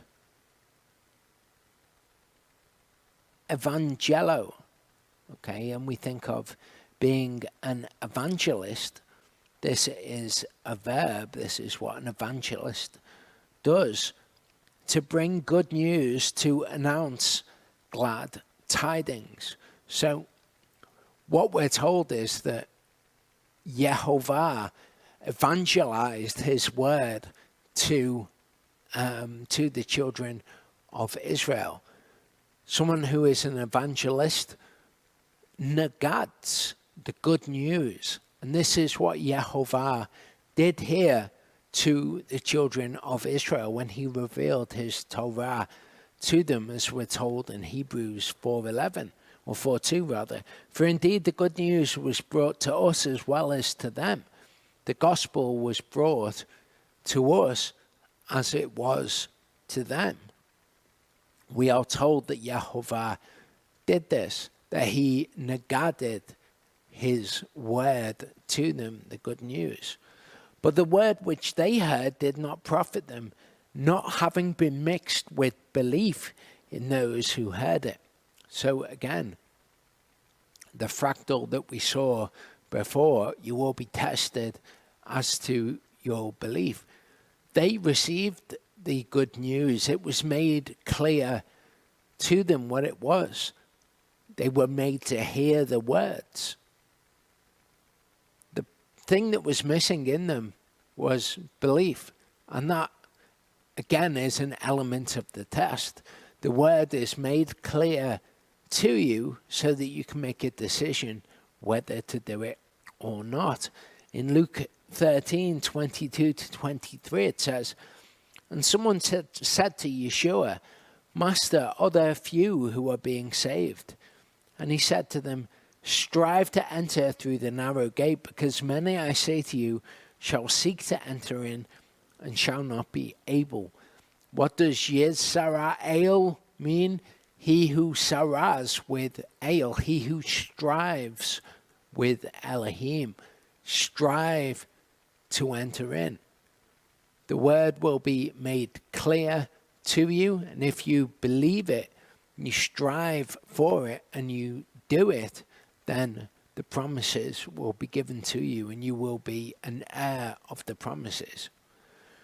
And Yehovah commanded me at that time to teach you laws and justices, for you to do them in the land which you pass over to possess. Therefore diligently guard yourselves, for you saw no form when Yehovah spoke to you at Horeb out of the midst of the fire, lest you should do corruptly, and shall make for yourselves a carved image in the form of any figure, in the likeness of male or female, the likeness of any beast that is on the earth, or the likeness of any winged bird that flies in the heavens, the likeness of any creature that creeps on the ground, or the likeness of any fish that is in the water under the earth, unless you lift your eyes to the heavens, and shall see the sun and the moon and the stars and the host of the heavens, you be drawn away into bowing down to them and serving them, which Yehovah your Elohim has allotted to the peoples under all the heavens. So that is what the other peoples have to look to and to be in awe of and to ascribe their worship to. But they're told, look, you saw no form, so that you don't concentrate on the form and worship that. We're told in Romans 1, of course, that they worship the creature, that which is created, rather than the creator. We are to worship the creator, and the image which we are to go after is given to us in his word, which he makes clear to us. That's what we give worship to. People think of worship music as being, singing songs to Yehovah. It's not quite correct. That would be giving praise to him. To worship him is to emulate him, is to copy him, to be made in his image, is to deem him so great that he is worthy of emulation. The idea of imitation being the most sincere form of flattery rings true. That is what worship of someone is. To say that Yehovah is so great that you would act as he acts is literally what it is to worship him. Whereas the peoples go after images and forms that they see, that they seek to worship, that they seek to make images of, that they engrave in order to give worship to them, because they think that those things are great. Again, worshipping the creature rather than the creator. But Yehovah has taken you and has brought you out of the iron furnace, out of Mitzrayim, to be his people, an inheritance as it is today. In Isaiah 48, we read something interesting. He says, I have declared the former events from the beginning, and they have gone forth from my mouth, and I made you shema them. Suddenly I have done, and they come to be, because I knew that you are stubborn, and your neck was as an iron sinew, and your forehead bronze. I declared it to you, again, I negated it to you, I made it manifest, I made it clear to you long ago. Before it comes, I have made you Shema, the ordinary, if you like, form of what it is to hear something, not necessarily with the consequence of trusting and obeying it, lest you should say, my idol has done them, and my carved image and my molded image have commanded them. so that you're not deluded into thinking that something else has brought these things forth. I have done them. I told you that I was going to do them. You have heard, look at them all, and do you not declare it? Do you not make it manifest? I have made you to shema new things from this time, hidden ones which you have not known. Now they have been created, and not since before. And before this day you have not heard them, lest you should say, look, I knew them. No, you have not heard. No, you have not known. No, from before your ear has not been open, because I knew that you are indeed treacherous, that you are called a transgressor from the womb. For my name's sake I will postpone my displeasure, and for my praise I will hold it back from you, so as to not cut you off. See, I have refined you, but not with silver. I have chosen you in the furnace of affliction. So this is how he chooses his people. This is how he tries his people. He tests them in the furnace of affliction to see of what sort they are. In verse 27 of Deuteronomy 4, it says, Yehovah has scattered you among the peoples, and you have been left few in number among the Gentiles where Yehovah drives you. And there you have served gods, the work of men's hands, wood and stone, which neither see, nor hear, nor eat, nor smell. But from there you have sought Yehovah your Elohim, and have found, when you search for him with all your heart and with all your soul. And again, this is written in the future perfect tense. You have done this. So it's told to the people who were there, you have been scattered, and then you have turned back to Yehovah. And this is Israel in the future being addressed.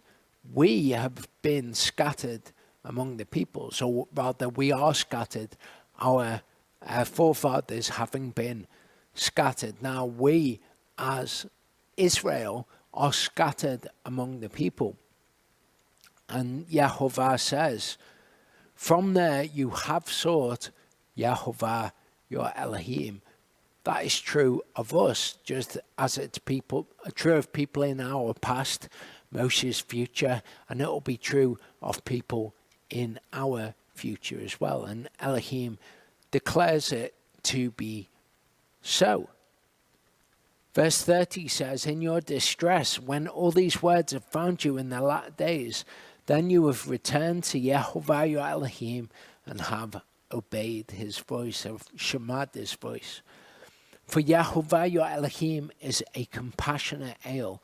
He does not forsake you, nor destroy you, nor forget the covenant of your fathers, which he swore to them. From the heavens he let you hear his voice to instruct you, and on earth he showed you his great fire, and you heard his words out of the midst of the fire. And that is true of us. It's true of some of those people who were there. It's true of the people in the future. It's true that we have heard his voice to instruct us, that we have recorded his word which was spoken to them out of the fire. And it's to instruct us that that will be true of us, that we have sought Yehovah, that we have found him, that we have shemad his voice. So when it's said to the second generation here to come out of Egypt, he let you hear his voice to instruct you, and on earth he showed you his great fire, and you heard his words out of the midst of the fire. That is what it is for us, for Yehovah to have negated his word to us. He's made it manifest. That's as far as he will go in finding a people for himself. He can make these things manifest for us, and then it's up to us to be the seed sowed on the good ground. And because he loved your fathers, therefore he chose their seed after them, and brought you out of Egypt with his presence and with his great power, to drive out from before you nations greater and stronger than you, to bring you in and give you their land as an inheritance as it is today. And you have known today and have recalled to your heart that Yehovah himself is the Elohim in the heavens above and on the earth beneath. There is none else. And you have cherished his laws and his commands, which I command you today, so that it is well with you and with your children after you, and so that you prolong your days on the soil which Yehovah, your Elohim, is giving you for all time. Verse 41 says, this is the Torah which Moshe lay before the children of Israel, Yehovah thereby negating his Torah to them. These are the witnesses and the laws and the justices which Moshe spoke to the children of Israel after they came out of Mitzrayim. Beyond the Arden in the valley opposite Beit Peor, Peor, I suppose, in the land of Sechon, king of the Amorites, who dwelt at Heshbon, whom Moshe and the children of Israel had smitten after they came out of Mitzrayim. And they took possession of his land and the land of Og, king of Bashan, 2 kings of the Amorites, who were beyond the Arden toward the rising of the sun. So what Yehovah did for them is he took them out of Egypt by his great power. Then he showed them that he could defeat their enemies. Then they were required to do what he had said by belief. Same for us. You know, he's given us salvation in Yeshua. And I know in my life, I can't speak for everyone, of course, but he's shown me that he can defeat our enemies for us so that we would trust in him. He's shown us. Now we know that to be true, but will we believe it to be true in the future? I.e., will we trust in the future that he will be consistent? From Aroer, which is on the bank of the Wadi Arnon, even to Mount Sion, which is Hemon, and all the desert plain beyond the Arden, as far as the Sea of Arava, below the slopes of Pisgah, which is, of course, where we will see Moshe die, where Moses will see all of the land of Israel in whatever form that took for him, because he wouldn't have been able to physically see it with his eyes from the top of Mount Pisgah. But we're going to come back in the third part. We're going to look at the 10 words and some interesting things which are said of Israel then and future. Okay, so Deuteronomy 5 is the chapter in which we get the 10 words, and it opens and says, and Moshe called all Yisrael and said to them, hear, O Yisrael, the laws and the justices which I speak in your hearing today, and you have learned them and cherished to do them. Again, future perfect, you have done this. Of course, this generation, not all of them has learned and cherished them. However, Israel is spoken of in these terms because that will be true of Israel ultimately. Yehovah our Elohim made a covenant with us in Horeb. Yehovah did not make this covenant with our fathers, but with us, those who are here today, all of us who are alive. Yehovah spoke with you face to face on the mountain from the midst of the fire. Of course, they're the second generation. I stood between Yehovah and you at that time to declare to you the word of Yehovah. So there's that word again, Nagad, to make it manifest, to make it plain. For you were afraid because of the fire, and you did not go up the mountain. Now, it says, saying here, it kind of sounds the way that it's phrased, you did not go up the mountain, saying, but that is interjected. It would read without it, Yehovah spoke to you face to face on the mountain from the midst of the fire, saying, I am Yehovah your Elohim, who brought you out of the land of Mitzrayim, out of the house of bondage. So that's the first word. It is actually the 10 words, Devarim, actually meaning words. So these are the 10 Devarim, rather than the 10 commandments. But I suppose they take the form of commandments. So calling the 10 words 10 commandments is okay. It's not actually accurate. This is the first of the commandments, or the first of the words. I am Yehovah your Elohim. So it's not really a commandment. It's more like a declaration. So words is actually more accurate in both its descriptive quality and what they're actually called in Scripture. You have no other gods against my face. You do not make for yourself a carved image, any likeness of which is in the heavens above, or which is in the earth beneath, or which is in the waters under the earth. You do not bow down to them, nor serve them. Ezekiel 14:2-8 tells us about the nature of idols in one's heart, rather than these idols that people, we may be more familiar with the idea of them worshipping gods of wood and stone.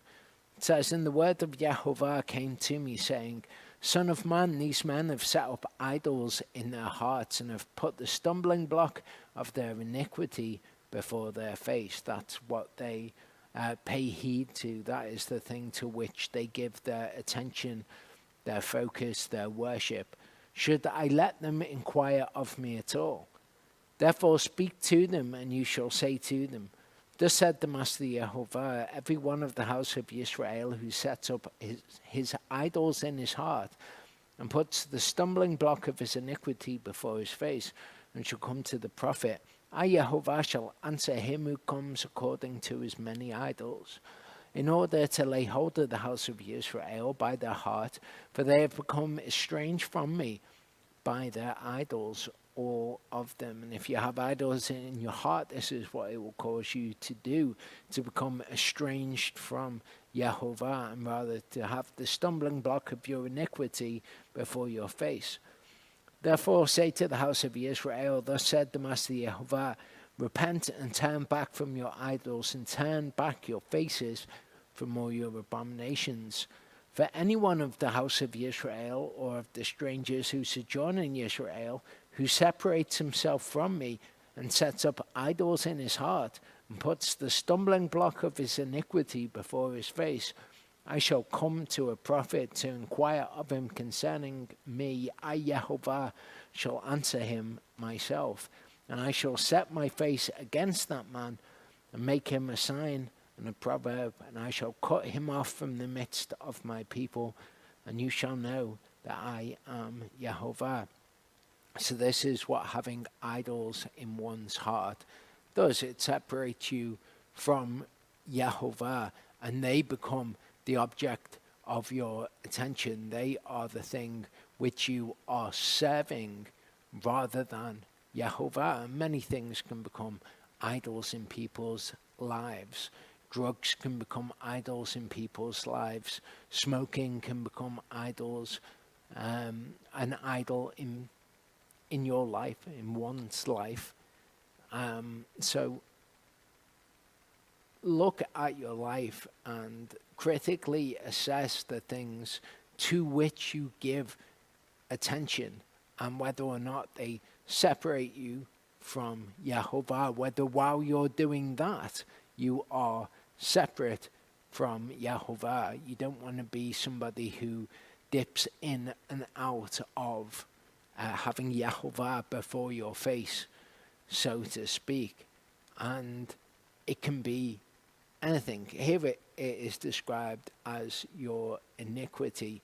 So if you are not following the commands of Yehovah, or maybe you follow all of the commands apart from one of them, and that is the stumbling block of your iniquity, which you have set before your face. And it could be for any reason. Again, I'll use the example of the Sabbath day. Maybe your job has become an idol to you, and you are not prepared to sacrifice that. You have your job before your face as the object of your attention and your focus, the thing which is important to you, the thing which you worship, that you give that attention and focus to. Now, I want to consider gods in the ancient world so that we can see that the things to which they gave focus, attention, worship, that they gave their love and their fear to, were gods that have similar attributes to the idols that we can set up in our heart, and the things that we go after can have the same attributes, and the same things can be said of them, and the things that they saw in those gods can be true in the idols that we can set up in our hearts. So don't be confused by the idea of not having any idols and think, well, who has idols today in this world? So the Canaanites, I look particularly at the Canaanite gods. The Canaanites had gods that had certain attributes, and some of them were, or one of them was, gods that were righteous for them. So when we're thinking of the gods that we can worship, gods that are righteous for us. Okay, we don't want to have to be righteous. Let's have a God that does righteousness for us, and then, we can do what we like to do. We'll leave that to that God, and we will worship that God. We'll do whatever is involved in the worship of that God. So here's a list of Canaanite deities. You can see here Siddiq, okay, which is like the Hebrew word Sadiq, which is a righteous one. And Siddiq is described as the God of righteousness or justice. And of course, this might make you think of the Christian conception of Yeshua, okay, of Jesus. They will say, well, he came and he did the Torah so that I don't have to. He came and did the law, and they've got this idea of the law as this kind of sometimes barbaric burden.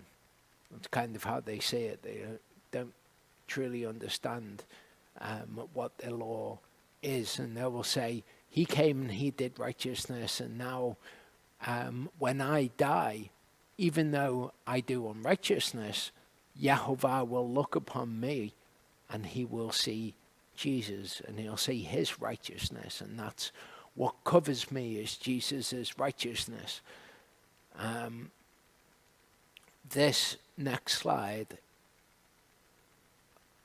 really kind of, for me, encapsulates this thought.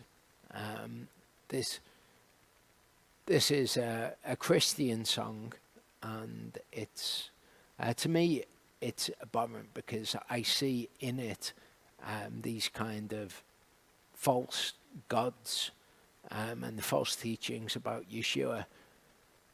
Well, the cross will always represent the love God had for me when the Lord of glory, heaven sent, gave all on Calvary.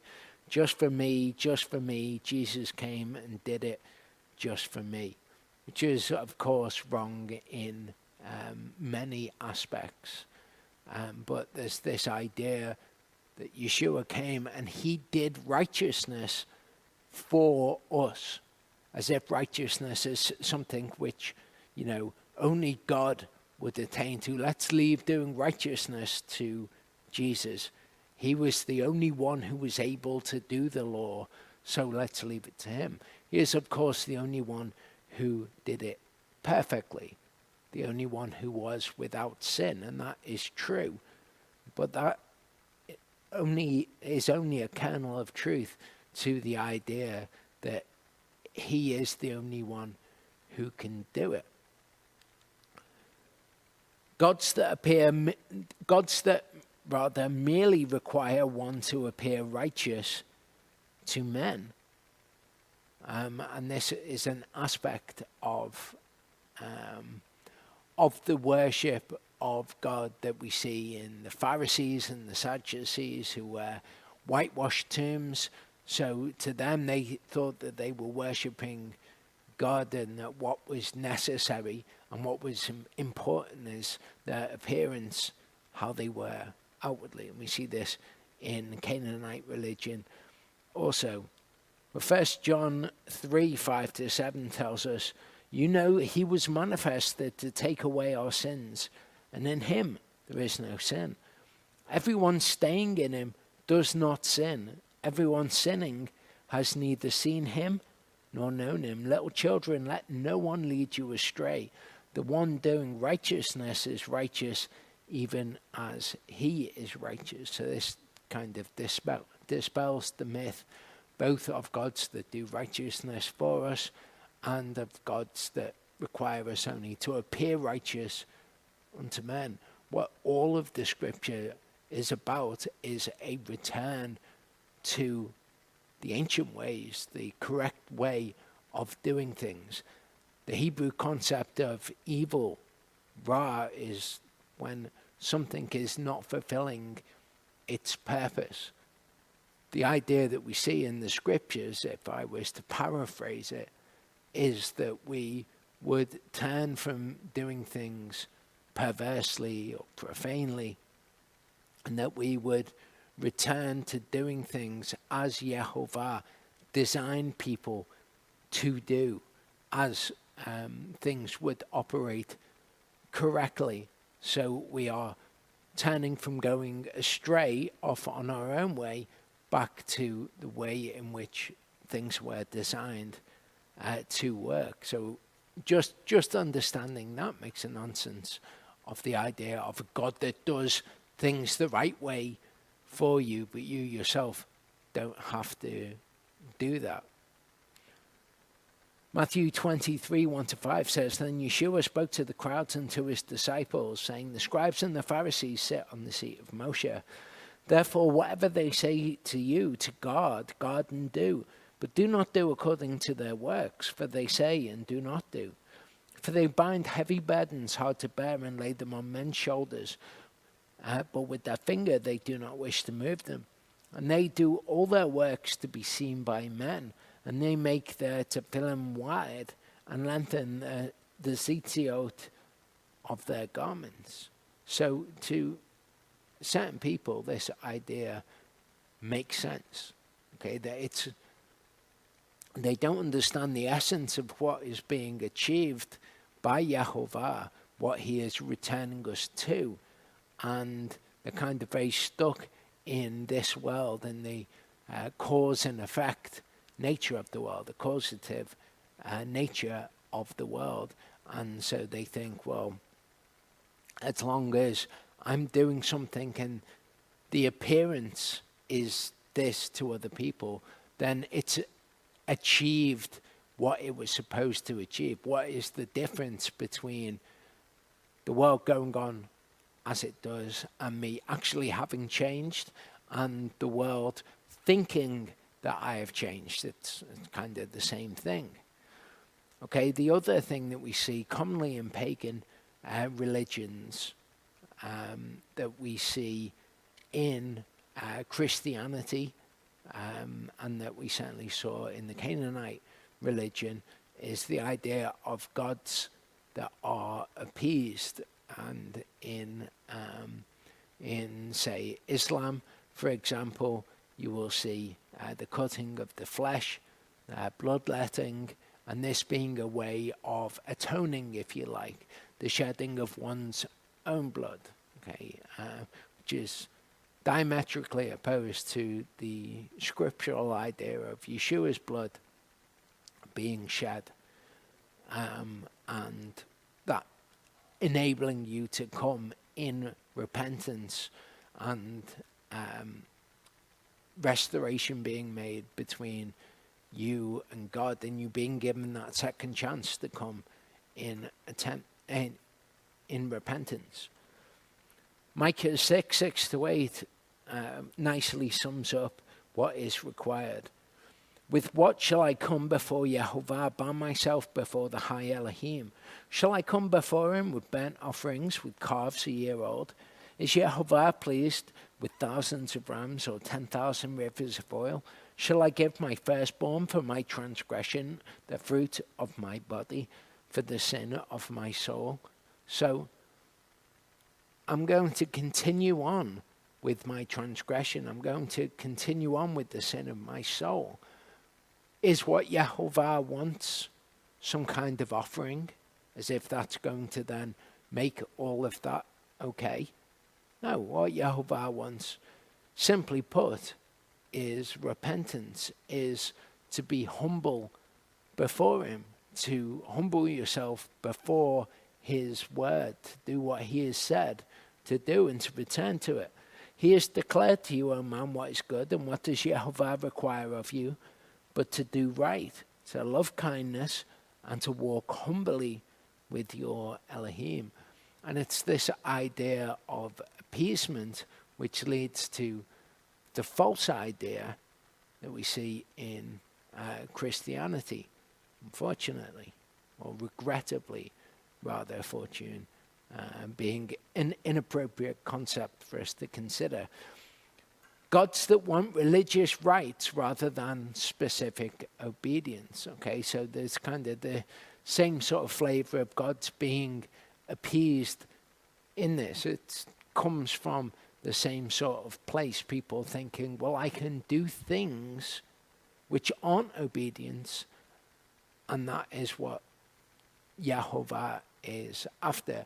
We see this in very kind of religions, if you like, things that have religious practices as part of them.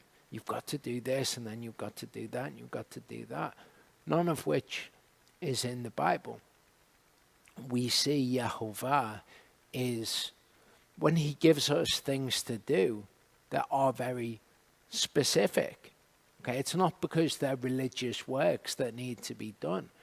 In us doing those things, what he is looking at is not the work which is done, it is obedience. That is what he cherishes in our behavior. So the idea of, oh, well, you've got to come and do this specific religious ritual misses the point. If he had told you to do that in his word, then yes, of course, that would be something that would be required of you. But that's not that work being required. What is being required is your obedience seen in, perhaps, those works. You get people who do all sorts of strange things, okay, do the passing through of swords through the flesh. Here we've got some kind of ornate spears, it looks like. Isaiah 66 verse 3 says, but whoever slaughters the bull slays a man. Whoever slaughters the lamb breaks a dog's neck. Whoever brings a grain offering, pig's blood. Whoever burns incense blesses an idol. Indeed, they have chosen their own ways, and their soul delights in their abominations. So, doing these religious works to Yehovah is like you doing something unclean to him, because it's disobedience. It's you choosing something which you think, again, should appease him, or a religious work that you think should be pleasing to him, that he should be pleased with what you've chosen to bring, because it is required in your mind some kind of element of sacrifice. Whereas actually, again, it all just comes down to what he is looking for within that.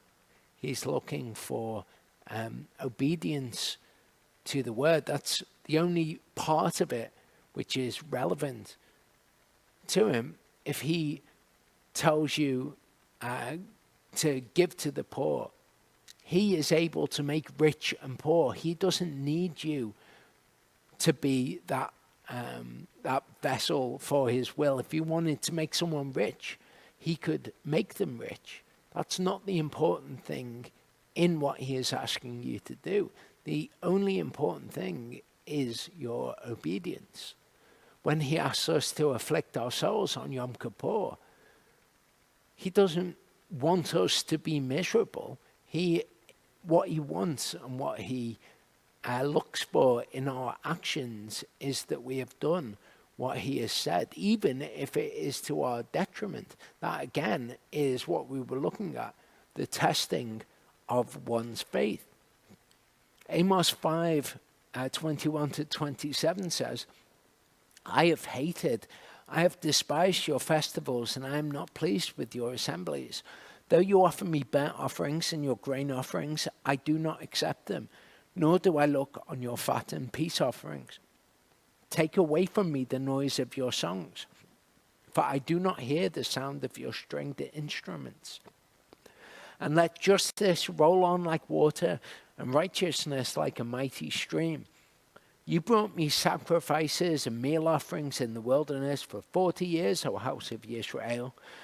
But you took up Succoth, your king, and Kiyun, your idols, your astral gods that you made for yourselves. So you did all of these religious works, what could be seen as religious works, even though they were things that he had asked for.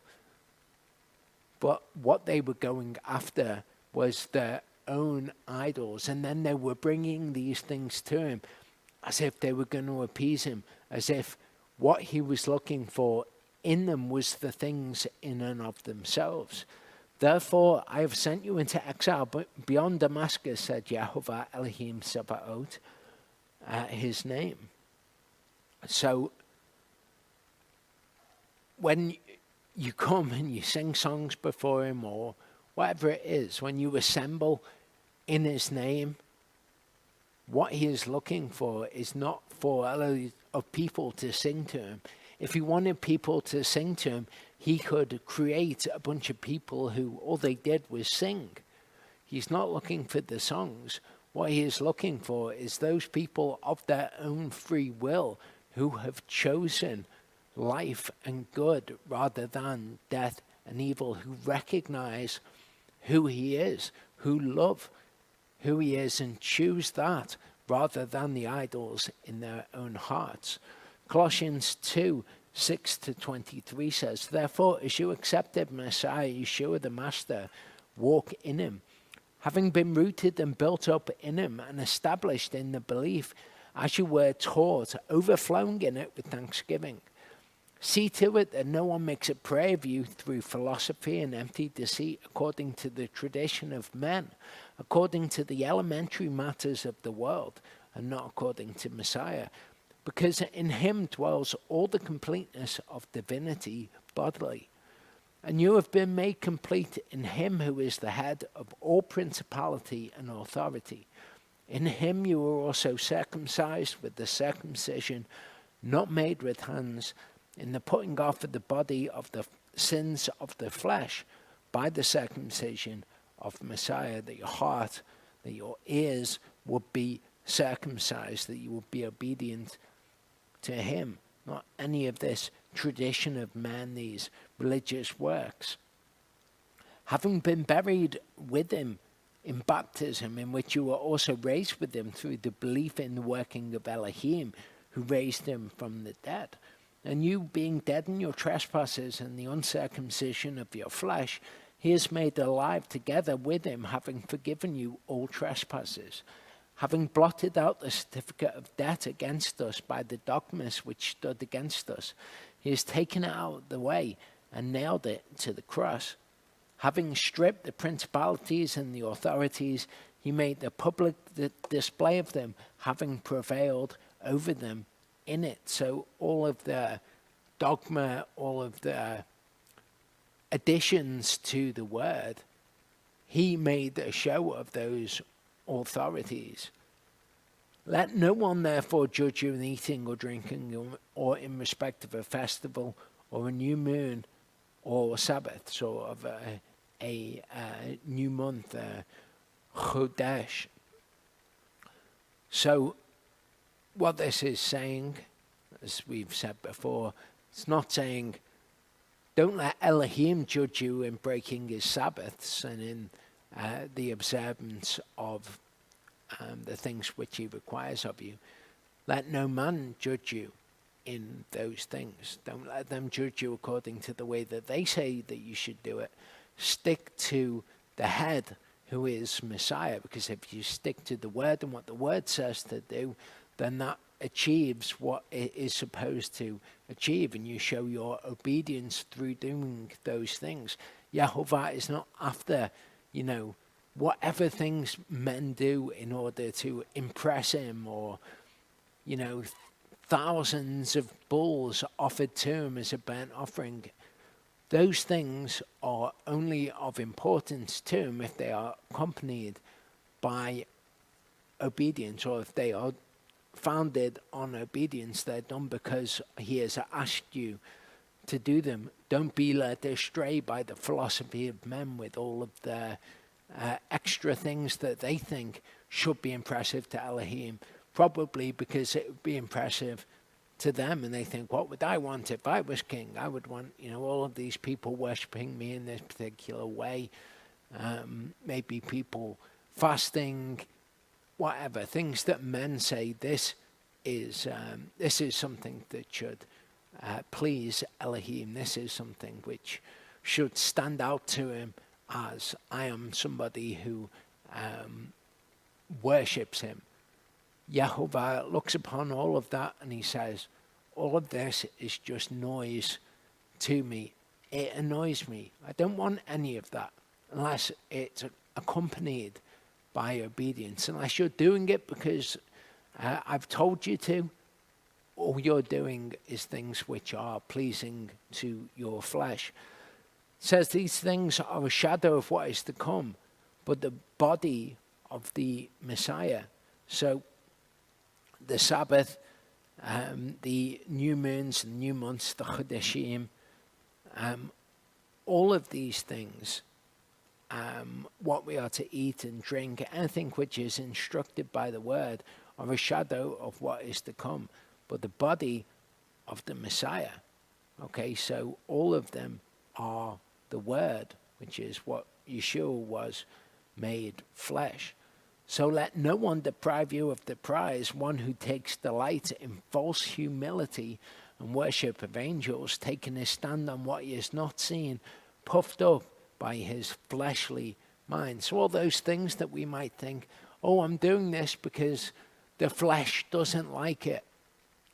The word tells us, actually, no, that's your fleshly mind, unless it is required of you, and you're doing it in worship and obedience to Yehovah. It's your fleshly mind that you are pleasing by doing those things. And not holding fast to the head, from whom all the body, nourished and knit together by joints and ligaments, grows with the growth of Elohim. If then you died with Messiah from the elementary matters of the world, why, as though living in the world, do you subject yourselves to regulations? Do not touch, do not taste, do not handle, which are all to perish with use according to the commands and teachings of men. There's no truth, no value in any of those things. They're not a shadow of what is to come. These indeed have an appearance of wisdom in self-imposed worship, humiliation and harsh treatment of the body, of no value at all, only for the satisfaction of the flesh. Another attribute of gods that were worshipped in the ancient world and are seen in the idols which men have in their hearts, both then and now, gods that accept profane sacrifice. And this is very much tied to the idea of appeasing Yehovah, or appeasing the gods which you choose to try and appease, or religious works, as if the sacrifices that he asked for are religious works. Again, they're not. The important part of them is obedience. So when people bring profane sacrifices, thinking, well, this will please Yehovah, they're doing exactly the same thing.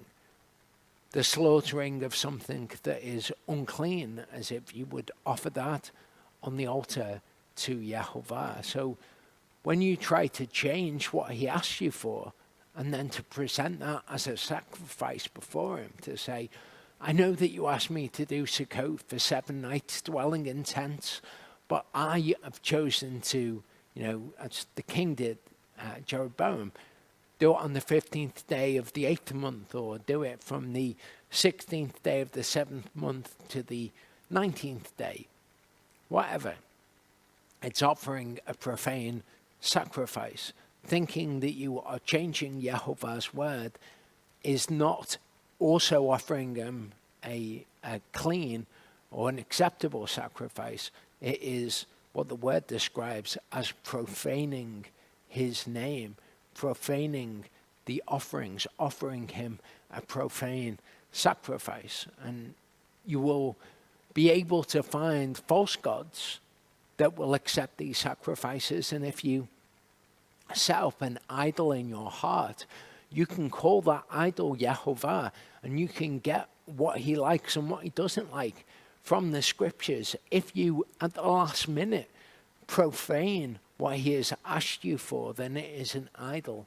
It is a false god that you have set up in your heart, and you will never be able to bring a true offering of the guilt offering to him, to say, what I have done is wrong, and therefore you will be unable to bring the spiritual sin offering, repentance, to him, because you have decided that your profane offering is acceptable to the idol that you have put in your heart. So examine yourself.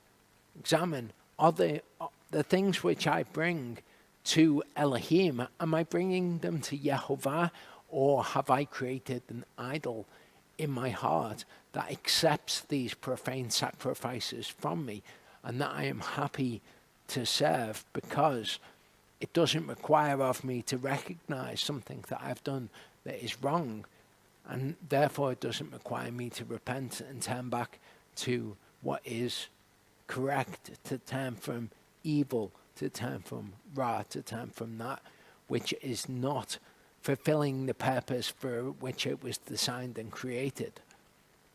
Gods that don't mandate change. You see this a lot with kind of Eastern religions, things like Taoism and things like Buddhism. They don't mandate change. It's all kind of just a suggestion that this is the path that you need to walk on, and you kind of walk down it, and you don't have to change. It's not like repentance is necessary. So I guess I could phrase this as gods that don't mandate repentance, gods that make suggestions over things. We read in John 5:39, verse 40, you search the scriptures because you think you possess everlasting life in them, and these are the ones that bear witness of me. But you do not desire to come to me in order to possess life. Again, always learning, never able to come to a knowledge of the truth. You search the scriptures, knowing that in them there is the path that leads to everlasting life. But having found it, you do not desire to come to it. Okay, you see what is required and you decide that's not what I'm going to bring, thus necessitating people to create the idols in their hearts that will accept those profane sacrifices that they want to bring. Continuing in the 10 words, for I, Yehovah, your Elohim, am a jealous ale, visiting the iniquity of the fathers upon the children to the 3rd and 4th generations of those who hate me. Remember, those who hate him feign obedience to him, and they create these idols. But showing kindness to thousands, to those who love me and cherish my commands. You do not take the name of Yehovah, your Elohim, in vain, For Yehovah does not leave him unpunished who takes his name in vain. And you'll see there, I have put a ... because I broke verse 9, because this is all about the name of Yehovah, your Elohim, who he is. And who he is, all of this is included in his name when he reveals it to Moshe. He's a jealous Ale, visiting the iniquity of their fathers upon their children, showing kindness. All of that is his name, and we are not to take that in vain. Now, to understand what it is to take it in vain, we need to look at the words translated. Take it in vain. Okay, the first word we see here is nasa. Okay, and we see this to lift, to bear up, to carry, to take. We also see this when Yehovah accepts something, this idea of lifting it up. So I suppose we could say, accept my name in vain, carry my name in vain, bear up my name in vain.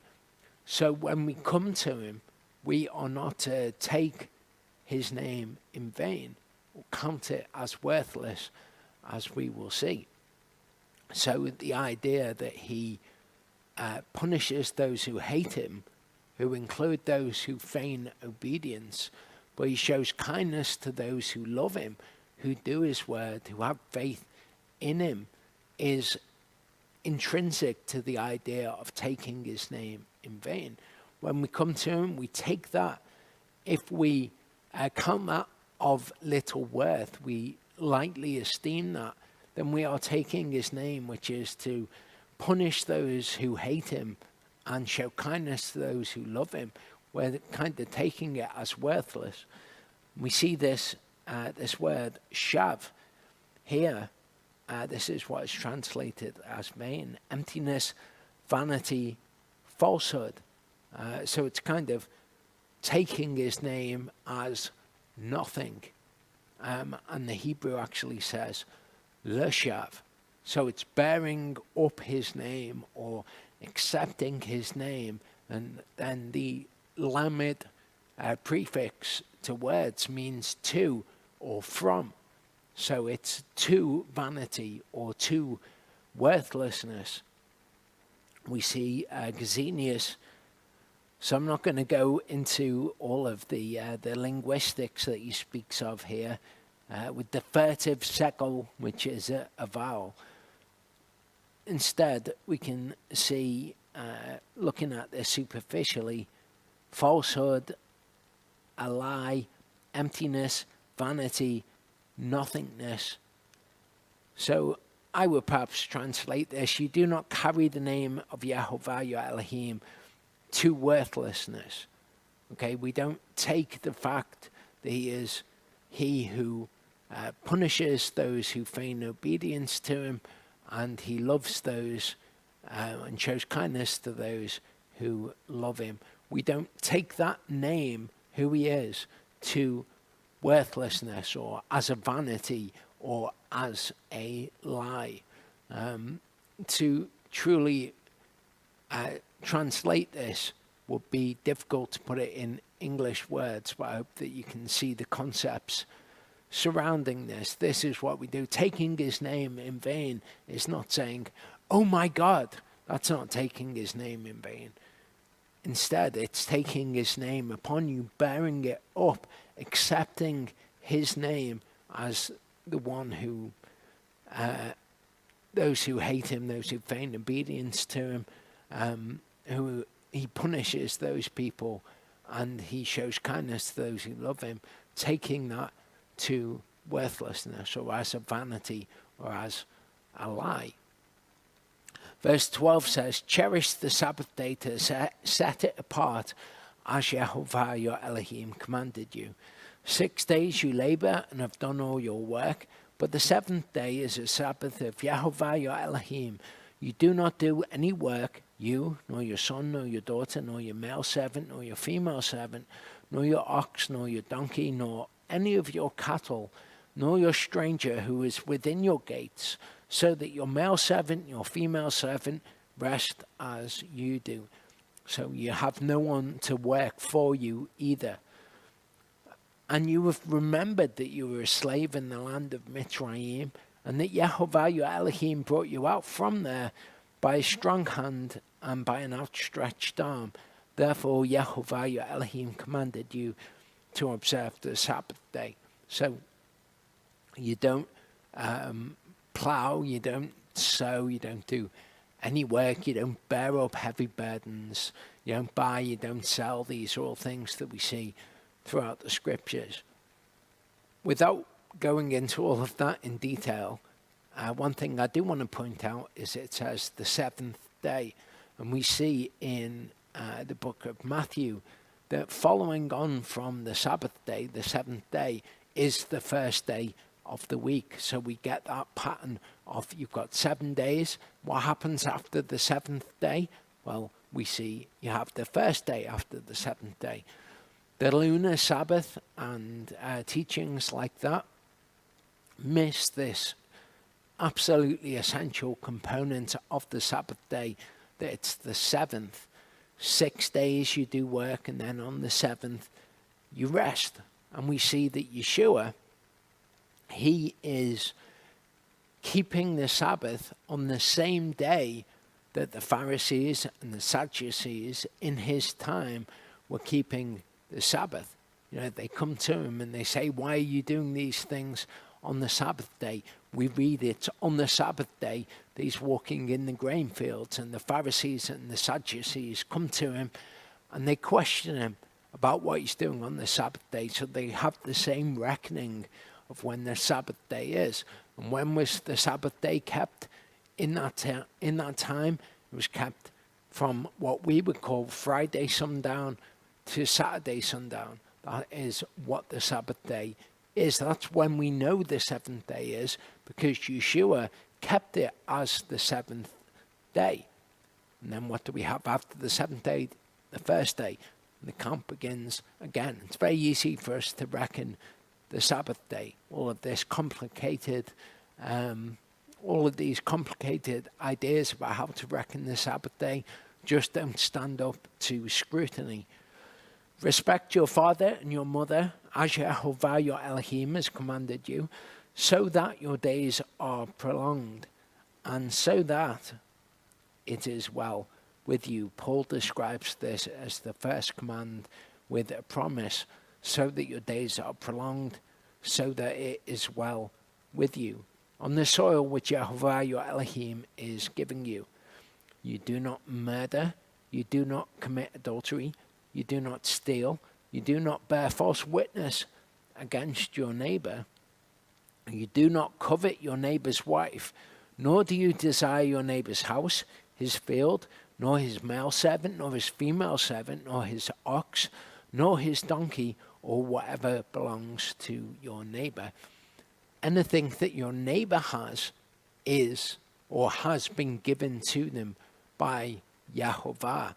When you covet something, or you even desire for things to be different from how they are, you are going against the way in which Yehovah wants things. If you see what your neighbor has and you are envious of your neighbor, almost what you're saying is, Yehovah hasn't done this right. I would do things differently if I were Elohim. Verse 22 says, these words Yehovah spoke to all your assembly in the mountain from the midst of the fire, of the cloud, and of the thick darkness with a loud voice. And he added no more. And he wrote them on 2 tablets of stone and gave them to me. And that's what we see in Torah portion Yitro. When we were going through that Torah portion, I said, I'm not going to do the 10 words in this Torah portion. The first part went on too long. We'll do them when we come to them in Deuteronomy 5. Verse 27 of Deuteronomy 5 says, you go near and hear all that Yehovah our Elohim says. This is what they said to Moshe. And speak to us all that Yehovah our Elohim says to you, and we shall obey and do it. And Yehovah heard the voice of your words when you spoke to me, And Yehovah spoke to me, I have heard the voice of the words of this people, which they have spoken to you. They have done well in all that they have spoken. And we can do well in all that we speak, but it takes something additional, like the scribes and the Pharisees spoke but did not do. Oh, that they had such a heart in them to fear me and to cherish all my commands always, so that it might be well with them and with their children forever. And that sounds very similar to me in what we read, before, rather. Psalm 81. Oh, if my people had listened to me, Israel would walk in my ways. Yehovah says, oh, that they had such a heart in them to fear me and to cherish all my commands always. I would subdue their enemies at once and turn my hand against their adversaries, as he says here, so that it might be well with them and with their children forever. Those who hate Yehovah feign obedience to him, and their time will be forever. He would feed them with the finest of wheat, and with honey from the rock I would satisfy you. Oh, that my people would listen to me, so that it will be well with them and with their children always. And that is an opportunity which is afforded to you. You can take on board what Yehovah says, so that you will inherit the promises, so that you will go into the promised land, and it will be well with you and with your children forever. What an amazing promise. All that is required of you is that you believe Elohim when he promises it to you. Go say to them, return to your tents, but you stand here by me, and let me speak to you all the commands and the laws and the justices which you teach them. And they have done them in the land which I am giving them to possess. And you have cherished to do as Yehovah your Elohim has commanded you. Do not turn aside to the right or to the left. Walk in all the way which Yehovah your Elohim has commanded you, so that you live and it be well with you, and you have prolonged your days in the land which you possess. And of course we know that this is not what the people ended up doing. And we know that they end up getting booted out of the land. We know that we now find ourselves in a position of being scattered amongst the Gentiles because they were booted out of the land. When we understand that this is written in the future perfect tense, it makes sense of something which never really made sense to me previously. How Yehovah can say something, which we'll get to before we end. Deuteronomy 7 verse 1, we'll look at it now in fact. When Yehovah your Elohim brings you into the land which you go to possess, he has also cleared away many nations before you, the Hittites and the Girgashites, the Amorites and the Canaanites and the Perizzites and the Hivites and the Jebusites, 7 nations greater and mightier than you. And when Yehovah your Elohim gives them over to you, you have smitten them and put them under the ban completely, make no covenant with them, and show them no favor. And of course, that's written in the future perfect tense, and that does happen when they enter into the land. And do not intermarry with them. You do not give your daughter to his son, and you do not take his daughter for your son. For he turned your sons away from following me, and they have served other gods. Then the displeasure of Yehovah has burned against you and promptly destroyed you. But this is what you do to them. Break down their altars, smash their pillars, and cut down their asherim. Burn their carved images with fire. For you are a set-apart people to Yehovah your Elohim. Yehovah your Elohim has chosen you to be a people for himself, a treasured possession above all the peoples on the face of the earth. So Yehovah has chosen you to be a people for himself. Okay? Yehovah has chosen a people for himself. from amongst these people, from amongst the people who call themselves Yisrael today. Now the thing which didn't make sense when I first read it, but now with this understanding that Yehovah is not addressing necessarily the people who were there that day, but the people who were there or who would be there in the future amongst Israel. Yehovah did not set his love on you, nor choose you because you were more numerous than any other people, for you were the least of all peoples. But because of Yehovah loving you, and because of him guarding the oath which he swore to your fathers, Yehovah has brought you out with a strong hand and redeemed you from the house of bondage, from the hand of Pharaoh, king of Mitzrayim. And you have known that Yehovah, your Elohim, he is Elohim, the trustworthy El, guarding covenant and kindness for 1,000 generations with those who love him and those who cherish his commands, but repaying those who hate him to their face, to destroy them. He does not delay to do so with him who hates him. He repays him to his face. And you have cherished the command and the laws and the justices which I command you today to do them. Of course, this was not true for other people who were there that day, but it will be true of those who are gathered to the land in the future. You're willing, that will be us. You know how you will be tested. You can expect the test in your life. I would just beg of you that you would pass that test. Recognize it for what it is. Grab the bull by the horns and pass the test. Shall we pray?